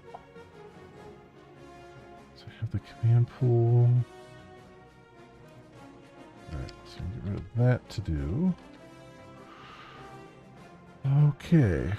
Yeah, I should probably just go down. I mean, I should go do the fence thing, but I'm gonna go down the list here. So I have something to reference. Down this list, I mean. So we've already done device. Got that up to speed. Where it needs to be. Yeah, fence is completely new. Okay. That's good. That makes it a little bit easier to know what's going on. So, come over here.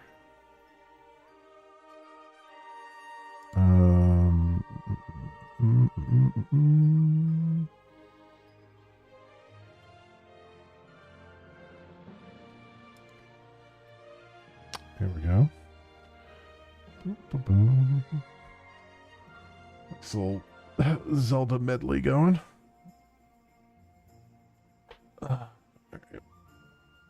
Stretch my legs for a second.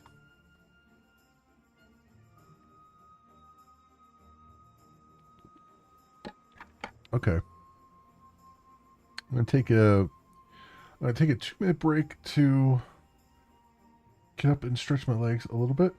give my brain a second to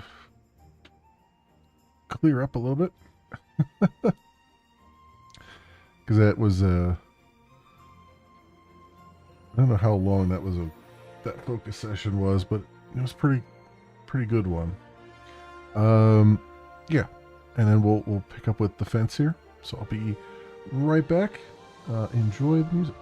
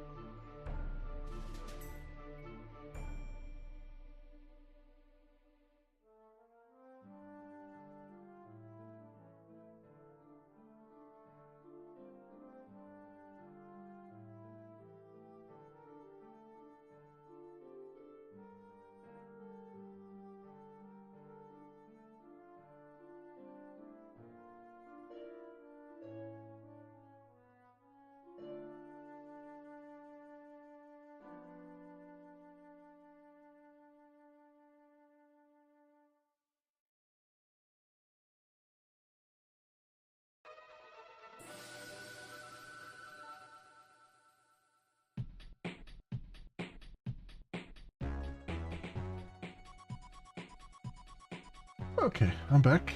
Sorry about that, friends. Just needed to stretch my legs a little bit. Do some jumping jacks. Get the old bones moving, as it were. Excuse me. Anyway.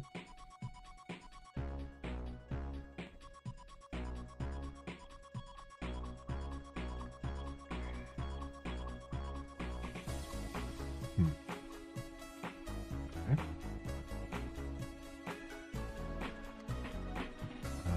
1 second here.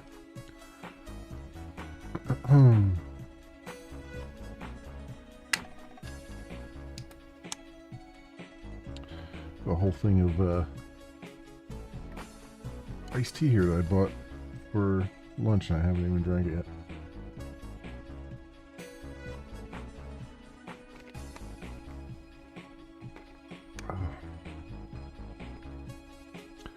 Pretty good. Pretty good. Anyway. Alright.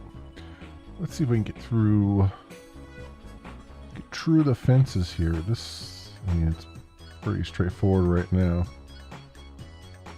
See, the worst part of this is going to be once we get back to chapter 6 and chapter 7, it's going to be redoing all those ginormous freaking classes all over again. But oh well, it is what it is. I had to do it this way to just jump back and do it going forward because the changes were just too drastic that I couldn't make heads or tails of what was going on.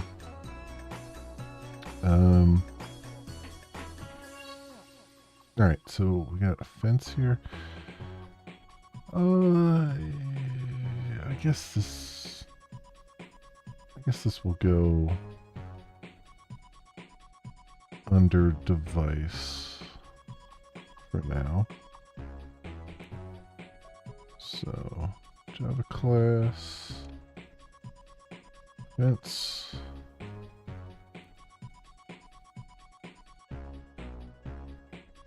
And all we got in there is the ID. Static final logger.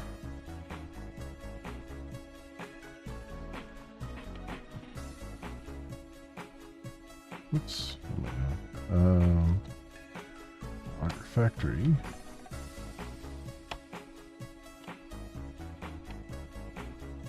It's class and let's see what we got here.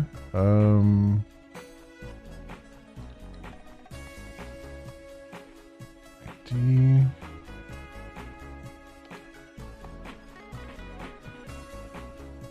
So logical device when signaled. Okay. Yeah, I'm gonna keep this inside here because I don't think we need to. It's just doing this one thing, so back. Push.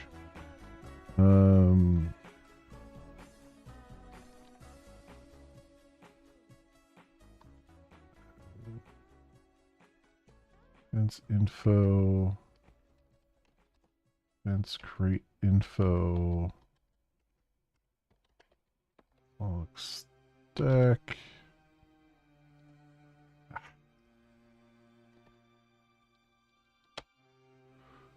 Default flags. Signal then it's VK13, VK. Fence create signal bit. Else 0.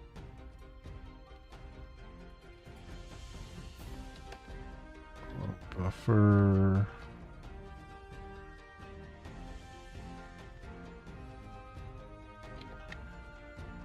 And bulky utils, fail if needed. VK 13 VK. Great fence.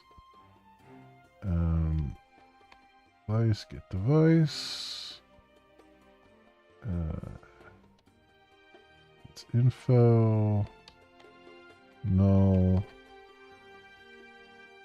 Buffer. L2. Create fence.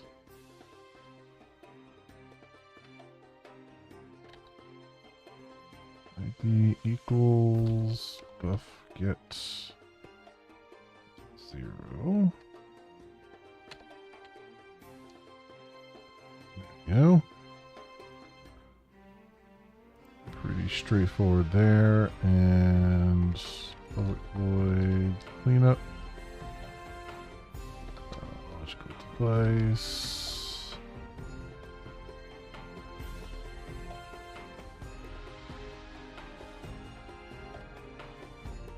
Destroy fence. Let's get device. ID. Null.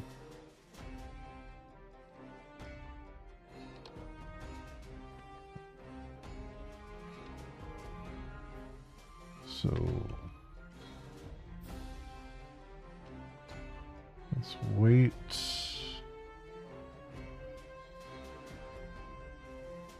And there we go. Logical device again. Say 15 VK wait for fences. ID true. Wait forever. Okay. Long max value usually means just how long to wait, and that's probably just wait forever, right?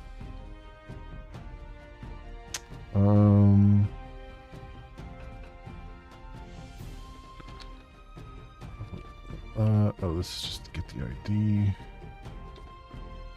Oops.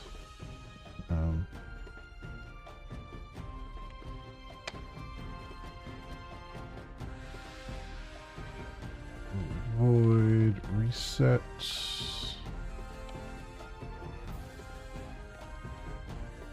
Yeah, we're saying VK13. Reset fences. So device get device ID.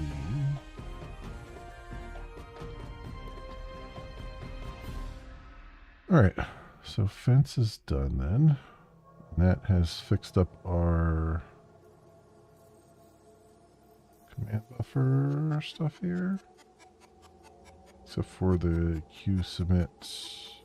Yep, everything else is correct though. Alright. Awesome. What else we got? So here's queue, speaking of. And they added the submit there. And the presentation queue. So we'll say, so we have to do submit first here.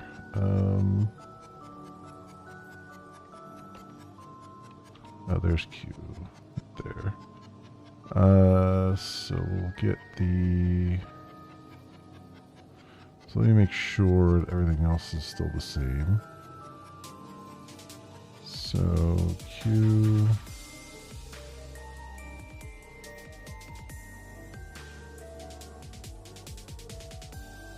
Logical device.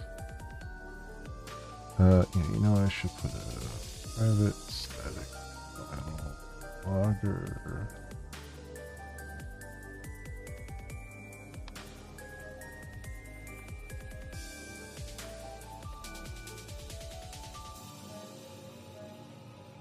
And in here put a logger debug. Green queue.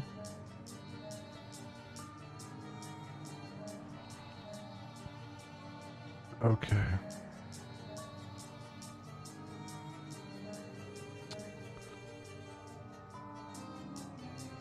Q family index there.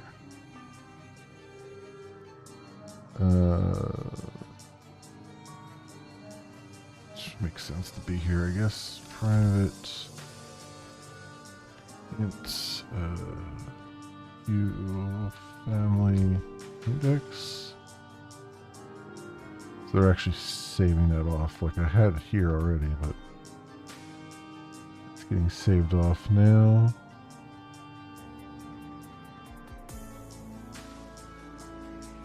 Although, is that...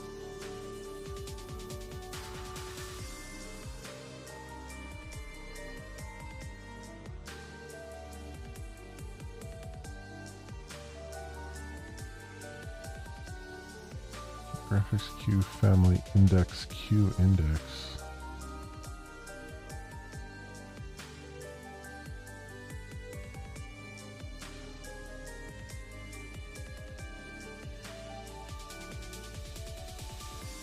Oh, yeah, okay, these are calling, they're calling super.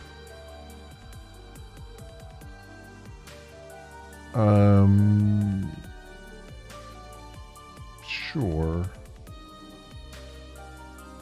Because this is an actual implementation instead of an abstract, but I think we can still have it be an abstract.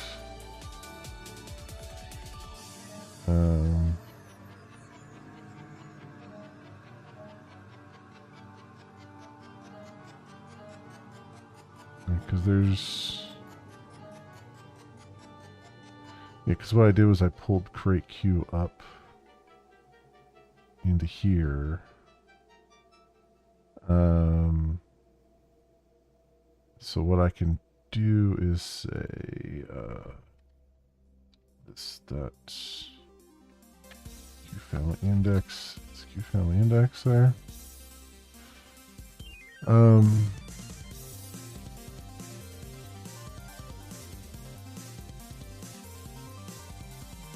Yeah, that works. Q family index. I mean, those are, yeah, whatever. I mean, we'll have it available up here. Memory stack.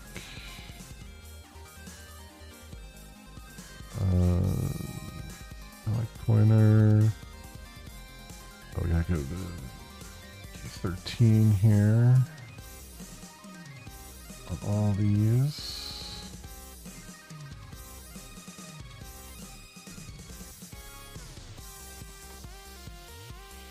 Should have gotten rid of the other one. It did. Okay.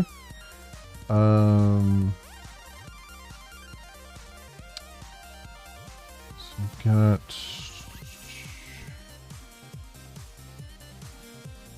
stack push, get device queue, Q family index, Q index Q pointer.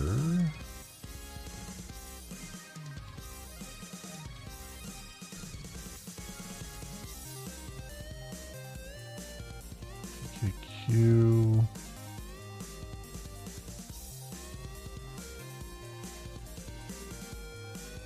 So why does that take? Oh, that's the ID. Okay, yeah. ID and device. Yeah, okay. So that's all the same. And we got get Q family index, which I can put here now. Sure.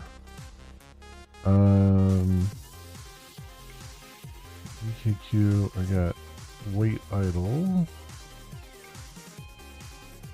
EKQ wait idle.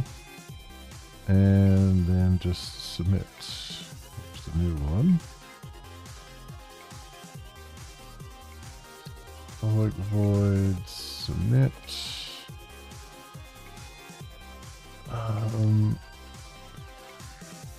Command buffers, a lot of buffers. Okay. Okay, command buffer, submit info, buffer.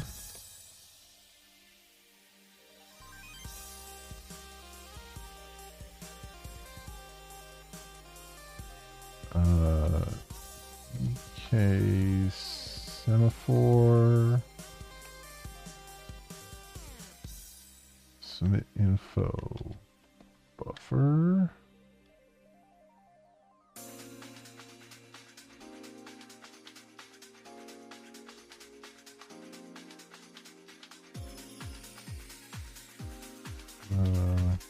Yeah, I guess this is plural because it's just taking the buffer. Just gonna have multiple in them. Semaphores. Okay, semaphore submit info. Okay. Oh yeah, semaphore submit info. Semaphore submit info. Okay. I wanted to be sure it was the same type. Signal. Semaphores. Fence.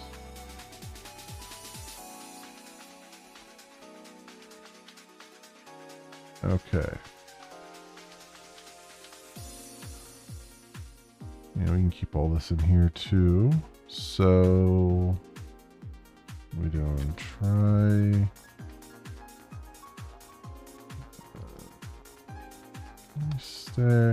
Stack push.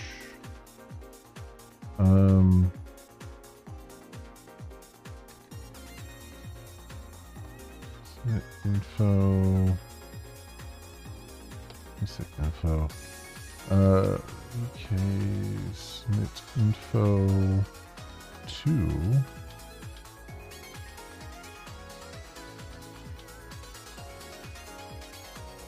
stack. This type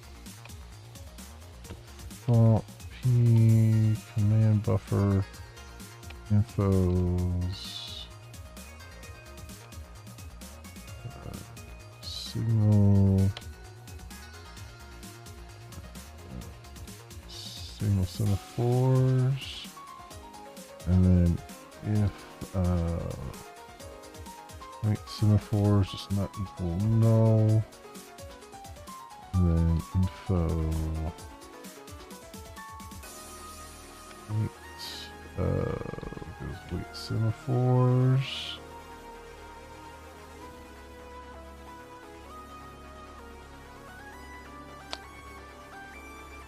Okay. This is not null. There's no handle. Okay, so long fence ID equals if fence is not null, fence.get ID. Otherwise, VK13 VK null handle. Okay. And then utils fail if needed. VK13 VKQ submit to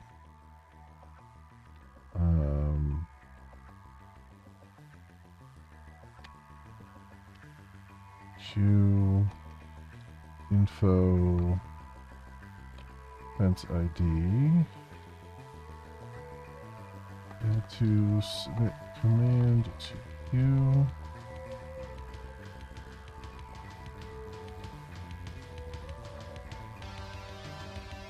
And that's it for the submit. Okay.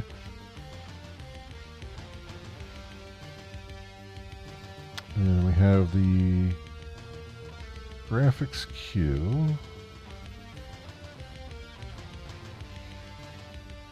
I have down here.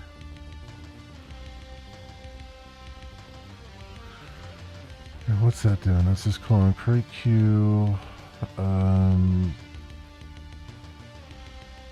Device, graphics Q index, okay. And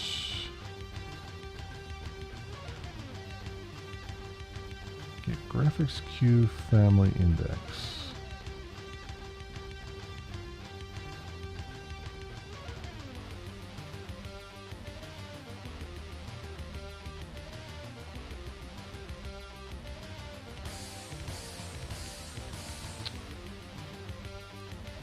Oh, I see. But I put that under physical device, right?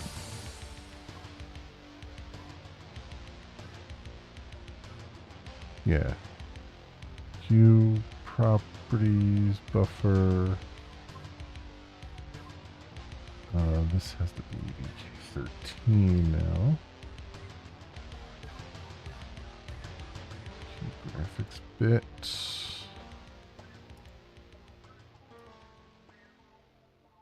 Right, and then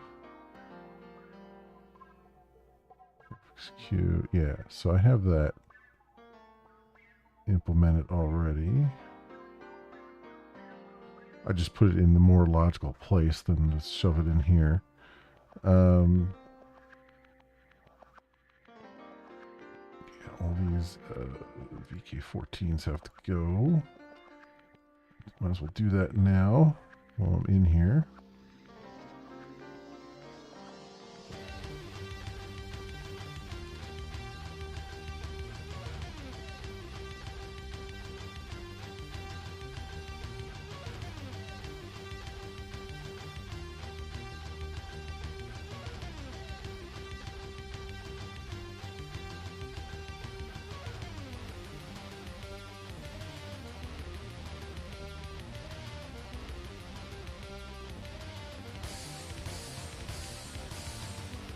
There. Okay. That's good.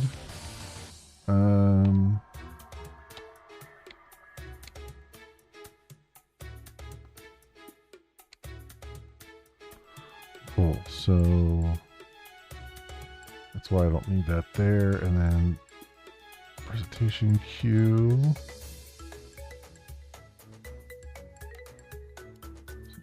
Device, new, walk-in, presentation, queue, extends, base, device queue. All right, public, presentation queue. Logical device, it's Q index, right, and then we're just calling create Q device, device that physical device that gets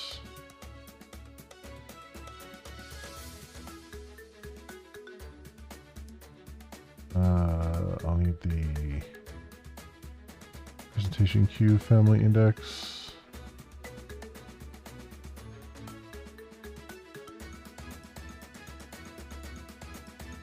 Okay, so we'll need that.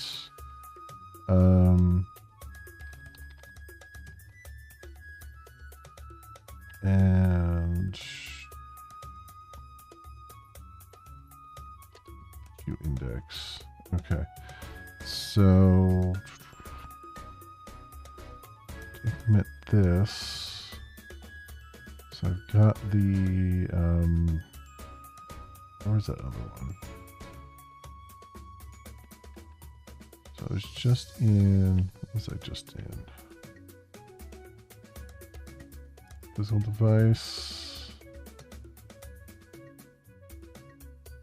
So get graphics Q index, get presentation Q index is the next one here. So public int get presentation queue index. Right. And I'm assuming it's going to be very similar here. Queue properties.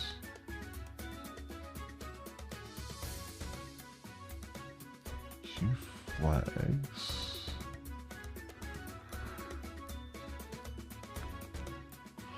No, it's something different here.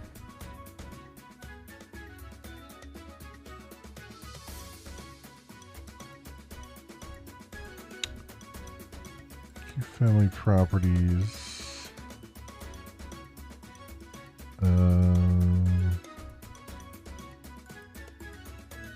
Queue families, get physical device surface support, KHR.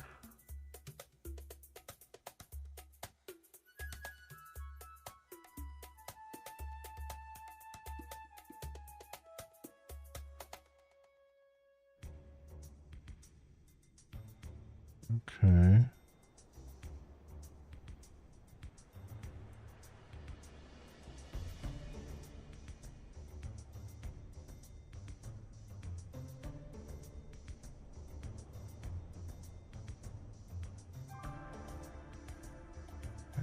Graphics queue family.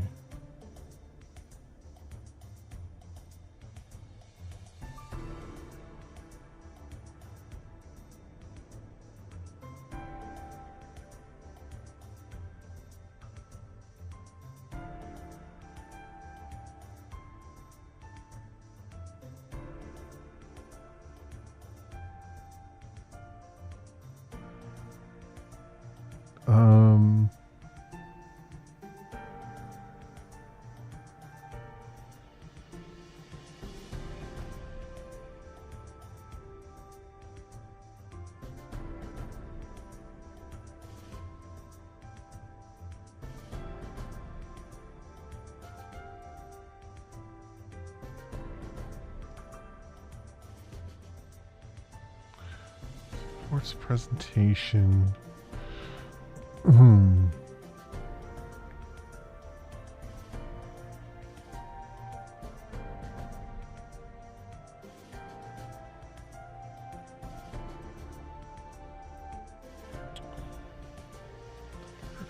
Number of queue, so queue properties buffer capacity.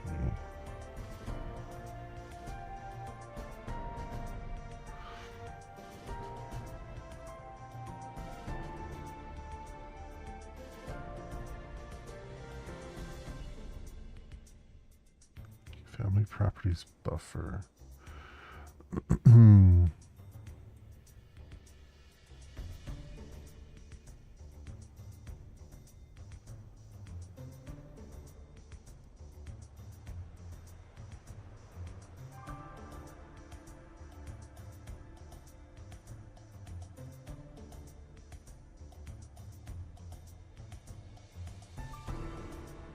So I feel like it would be the same thing here, because it's looking over the queue family properties.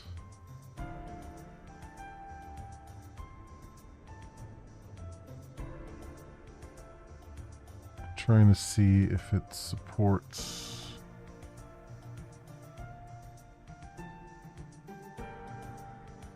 The problem is,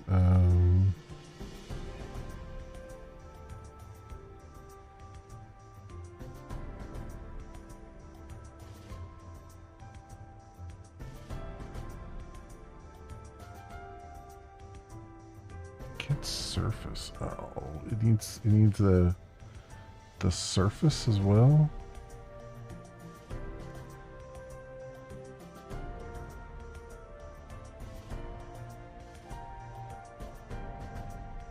Get surface. Physical device surface support.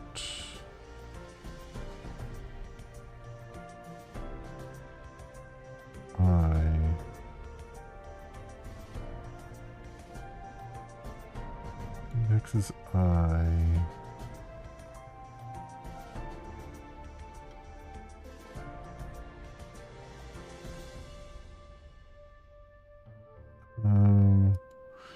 So public int get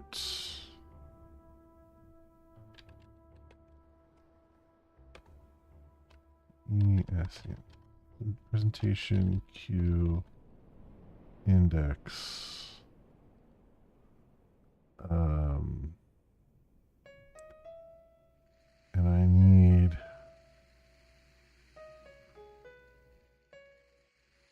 I've already got the physical device, but I do need the surface, which is gonna be a pain in the balls.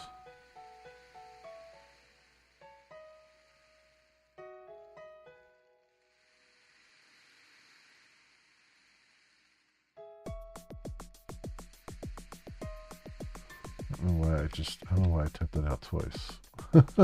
I already have that. So I need the surface? Freaking kidding me.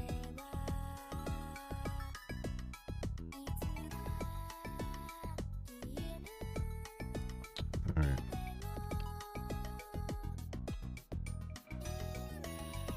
Vulcan surface.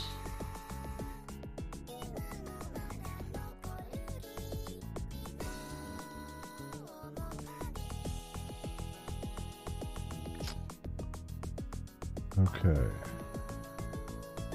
Index interval utils index of Q family properties.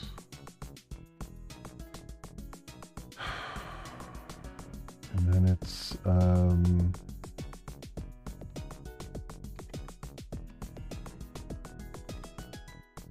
do this. It's a little more complicated. So we gotta do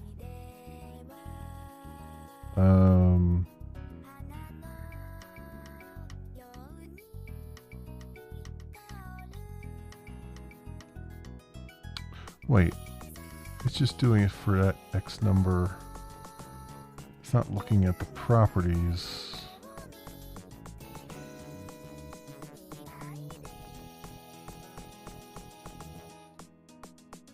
Wait. It's not.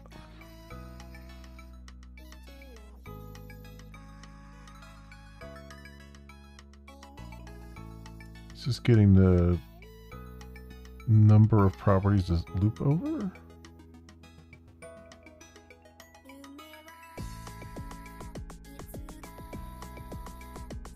So this is physical device, Q family index, surface.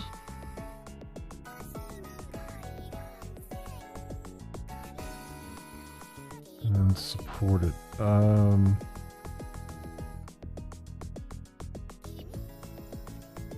So it's not the same thing.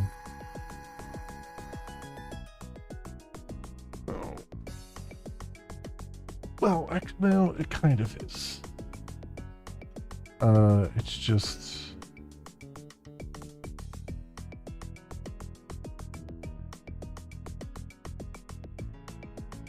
I need the index as I'm going. Excuse me.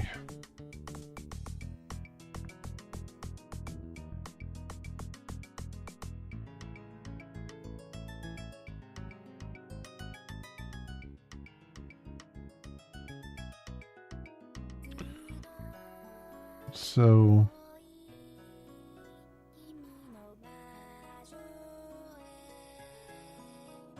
yeah, I'm confused there a little bit. So all it needs is the number of Q families.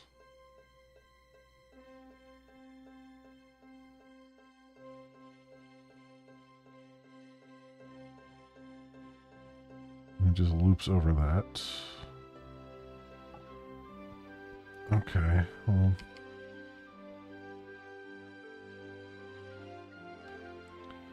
I guess we just do the basic for loop for that then.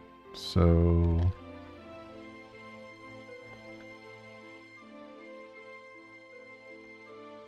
is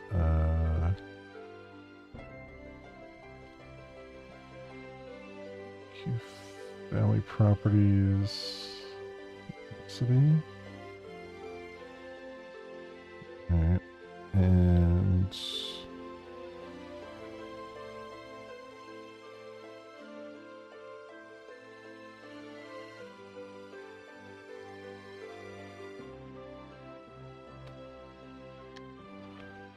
buffer.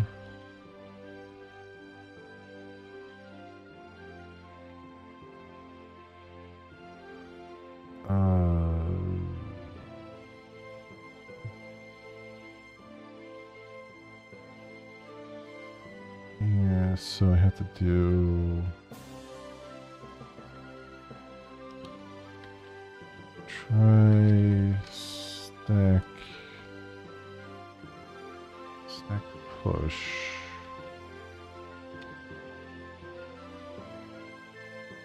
Stack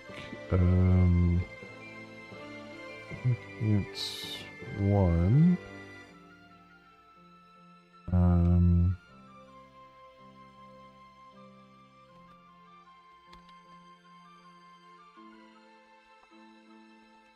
Is less than number Q families. I plus plus surface. Get physical device. Surface support. KHR.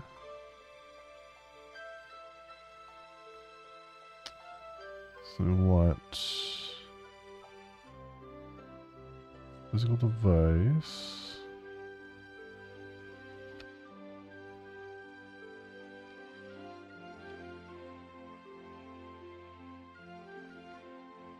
Wait, no, just the VK physical device, right? Yeah.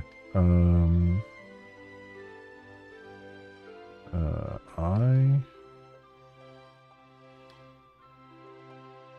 surface get ID and then buffer.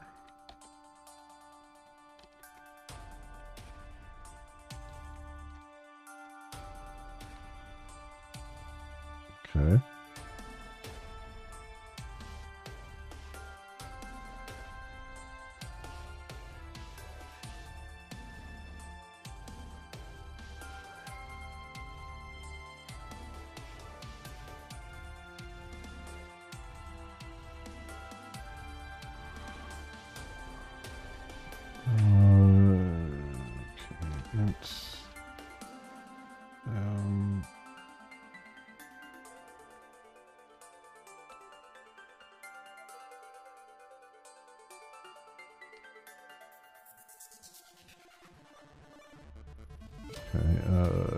If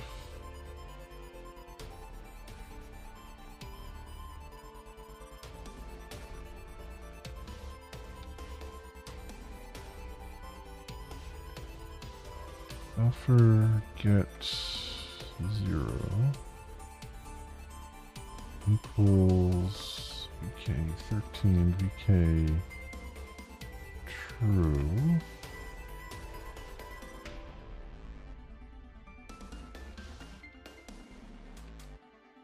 Bound index equals I, and immediately break out of the loop.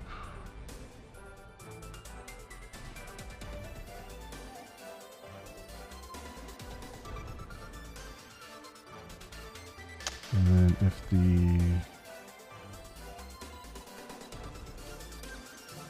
index is less than 0,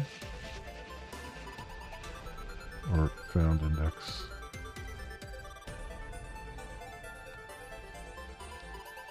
row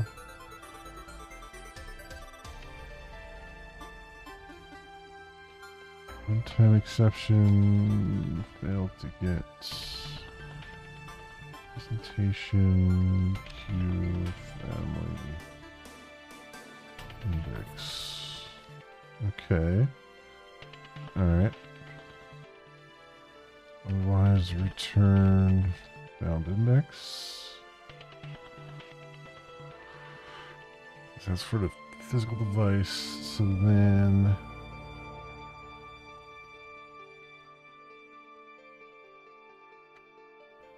So here I can just say.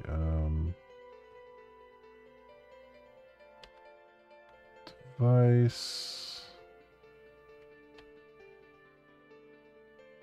Get physical device. Get presentation Q index. But I need the surface. So we'll say fucking surface.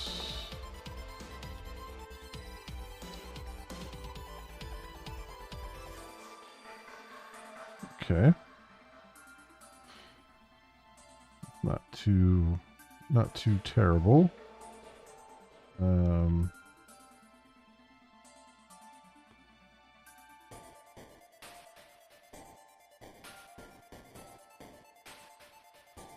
So I have that in there now. So Q should be all set, which means command buffer should now not have any errors. It doesn't, which is good. Okay. Did I leave myself any notes here? Oh, change over Vulkan 1.3 to 1.4. Yeah, okay. What else? What else here? So command buffer. Okay, so then that's the Q stuff is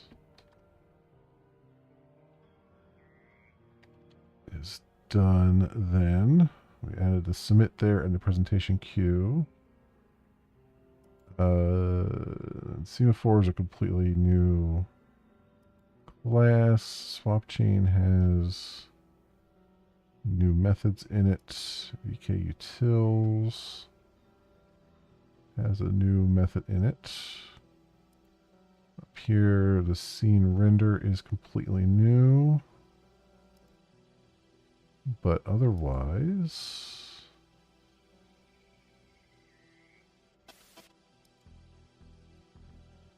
and then render has a bunch of stuff that's changed,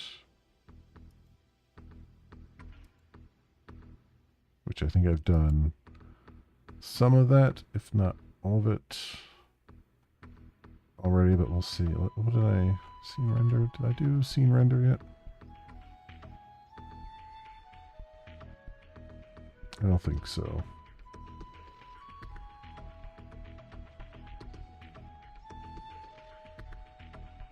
Still have Vulkan render and render instance.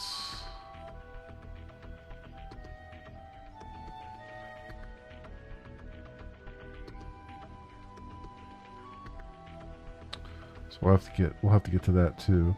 But okay, it's not bad right now. We made some progress tonight. As far as getting back along here. Let's see. I'm going to, yeah, you know what, let's commit this now.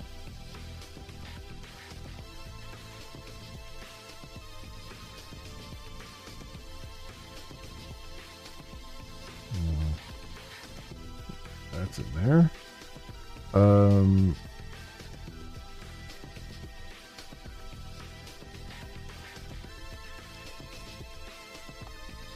Partially done. Chapter 5 again.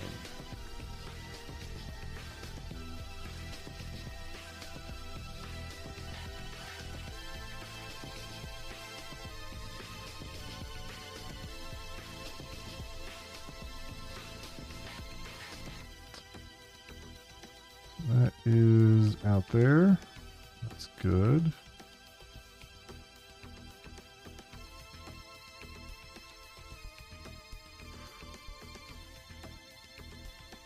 Alright. Yeah. That's fine. Make sure that's out there. Might get her that. There we go.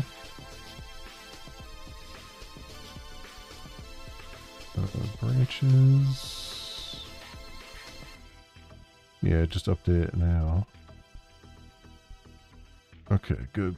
Good. Yeah. Alright, I'll have to up some things here. I know we have some. I know there's. And the bot has pull requests and stuff. So I'll have to figure out how all that's going to work eventually, but I'm not going to worry about that right now. Because I'm going to need to like merge stuff down and stuff like that at some point here. Like replace everything on main, but I don't want to do that until I get back to chapter 8 again. So we got a long way to go before we get there. Anyway, friends, yeah, I think that will do it for me for tonight. We'll be back tomorrow night with some more coding here, trying to make some more progress. I think we'll probably finish chapter 5 for a second time. Hopefully things will be working. Because I think at the end of this chapter, you just get like a blank screen. If I'm not mistaken. Yeah. So hopefully we'll get back to that.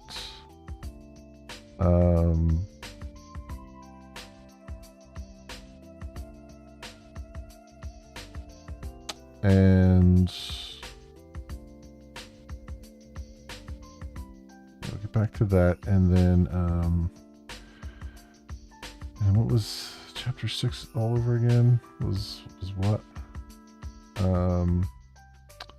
Triangle.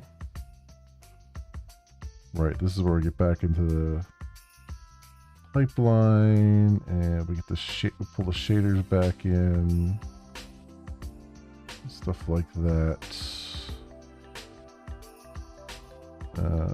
So yeah, I gotta deal with all that. There's just a ton of stuff in pipeline and everything.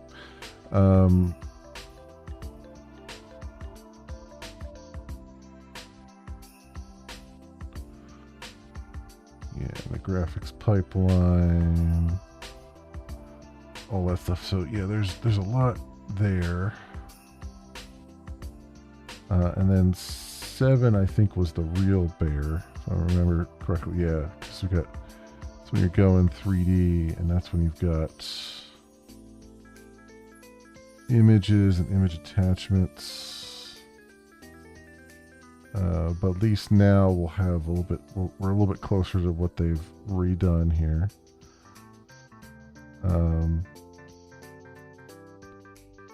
Scene render and all that. And then we'll have this cube going and spinning in, and that'll get us back to kind of where we were. I mean, we were all the way done almost chapter 8. It's just, it was chapter 8's really huge. Like, there's a lot there to like load up files and all that stuff, and they're doing some really weird crap in here with how they're like loading and caching files and stuff that I don't particularly feel the need to do. Like, they're converting model data over to JSON for some reason. I don't know why. Because I feel like it reads the model data pretty quickly anyway, but I guess that might be a thing we'd have to do later on, but I'm not worried about it right now. I just want to be able to get, in this case, I have, rather than using this cube model, we're going to use the model that I have already, which would get us pretty much back to the spot we were with OpenGL. Pretty much, except for there won't be any keyboard control or anything yet, which I guess they go into at some point here. Camera support and visual improvements, yeah, that's probably where they get into it at. The tricky thing here is because I won't have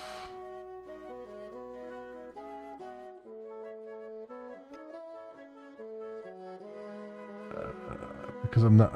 I guess they have this scene somewhere, but I'm betting they've put it in their like intermediate format, which is going to make it really weird and interesting to try to load it up. But we'll see. We'll cross that bridge when we come to it.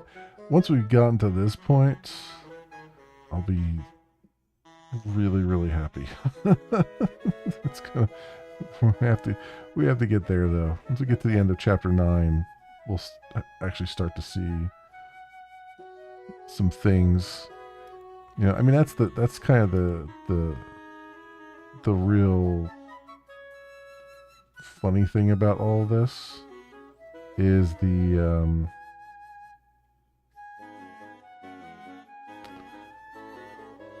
is like once you get to what is the whole memory allocator? What are you doing that for? Help us with Vulkan memory allocation. Reduction of boilerplate code. Separation of elements that should be managed together. Reduction of boilerplate code. Why did we wait to do that until now? What boilerplate code are we reducing? Initialization of VMA library. Okay. VMA allocator create info structure. I mean, that's boilerplate right there. Configure the behavior allocator. In our case, we'll just use default values. Just use to instantiate the allocator, handle the VMA allocator itself. Strange issues. Okay, buffers. Okay. To use modify the VK buffer class to use the VMA library. Okay. Block it or from the map and unmap operations.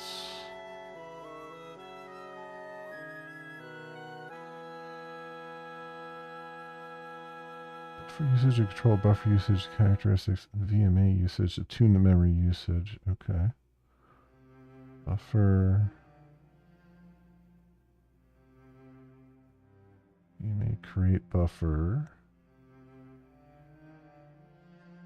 Allocates memory for it and binds the buffer to allocate memory. The rest of the method needs to be modified.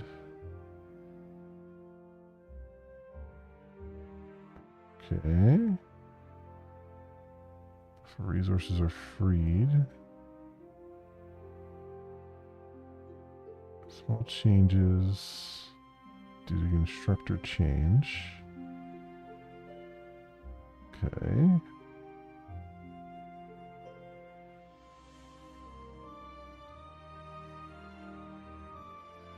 Utility methods to use CPU, GPU accessible buffers. Most visible buffer. Alright.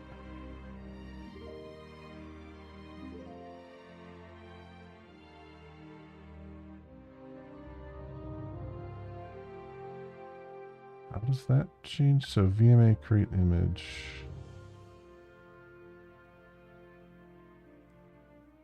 How is this removing boilerplate code? Because I still see a whole lot of boilerplate in here. Like, yeah, use this to remove boilerplate. Like, are we?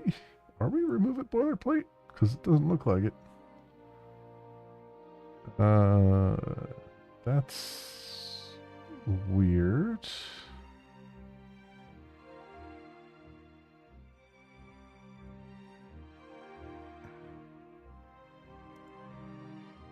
Separation of elements that should be managed together. Memory and buffers. Complex and needs. Okay, tech. No problem. I'm kind of winding down anyway right now. Biggest advantages are the last one. Helps you in selecting the most appropriate type of memory and hides the complexity. Allocation. Managing large buffers to accommodate individual allocations while preventing fragmentation. Oh, okay. Whoop-de-doo, I guess. Post-processing. Rendering to an attachment.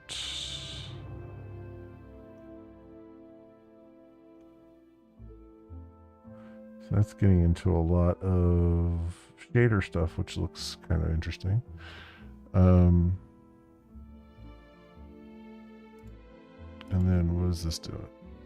GUI stuff, finally. Render to GUI.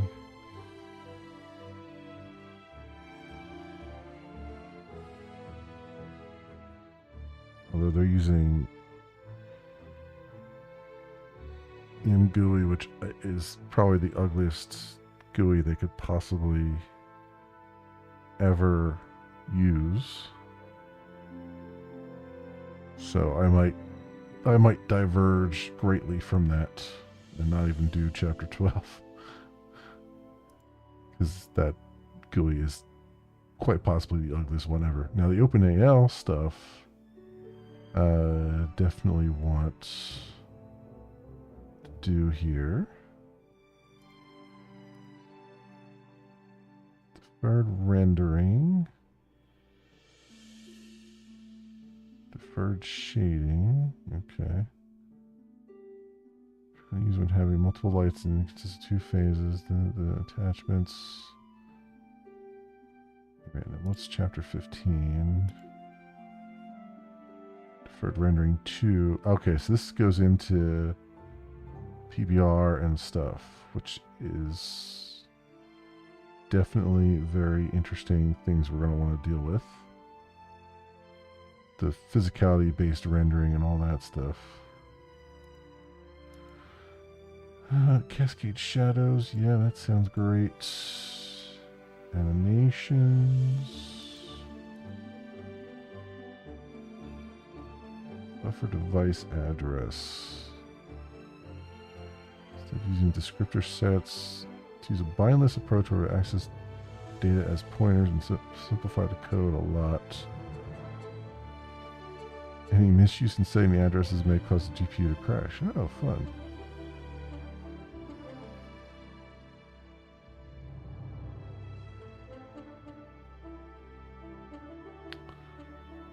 Device class. Also, this is doing features 1, 2. That doesn't give me a whole lot of confidence. Because everything else is using features 1, 3, and now they're like, oh yeah, here's a features 12 now.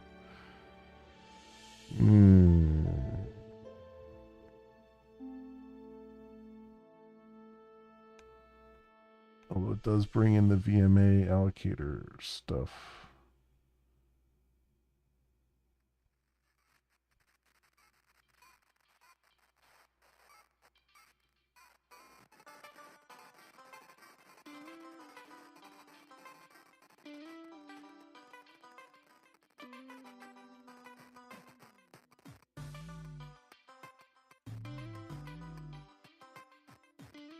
Indirect drawing.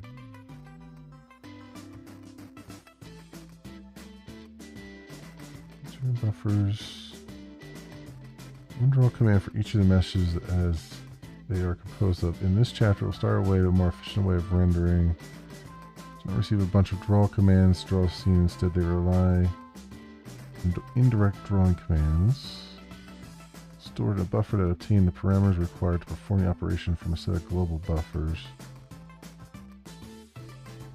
In GPU operations such as calling will operate over the buffer and stores a drawing parameter. Okay. Moving potential bottlenecks may occur. Please source code.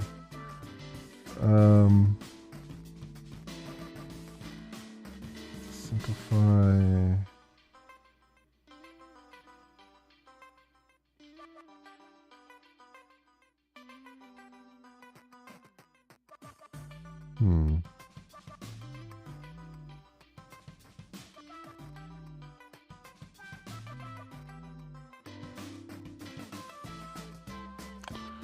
I feel like some of these things should have been presented as options earlier on, but multi-threading, input processing, update the render code in separate threads. Yeah.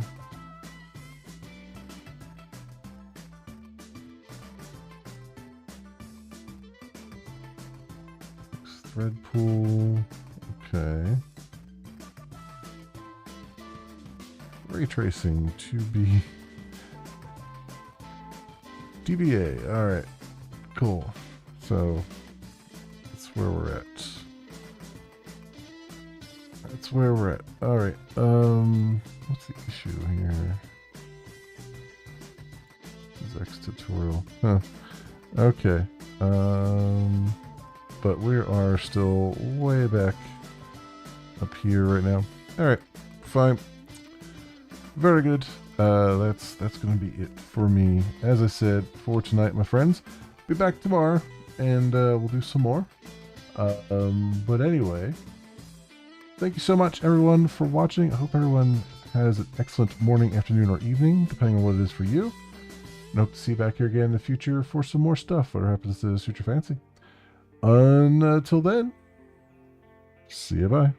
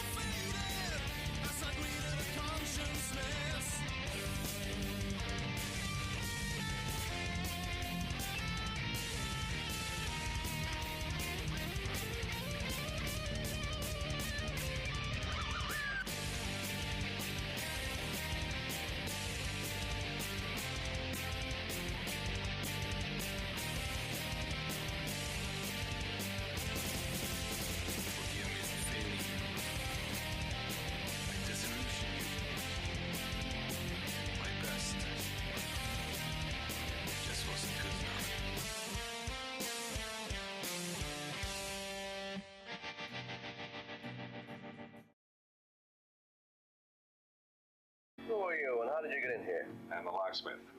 And I'm a locksmith.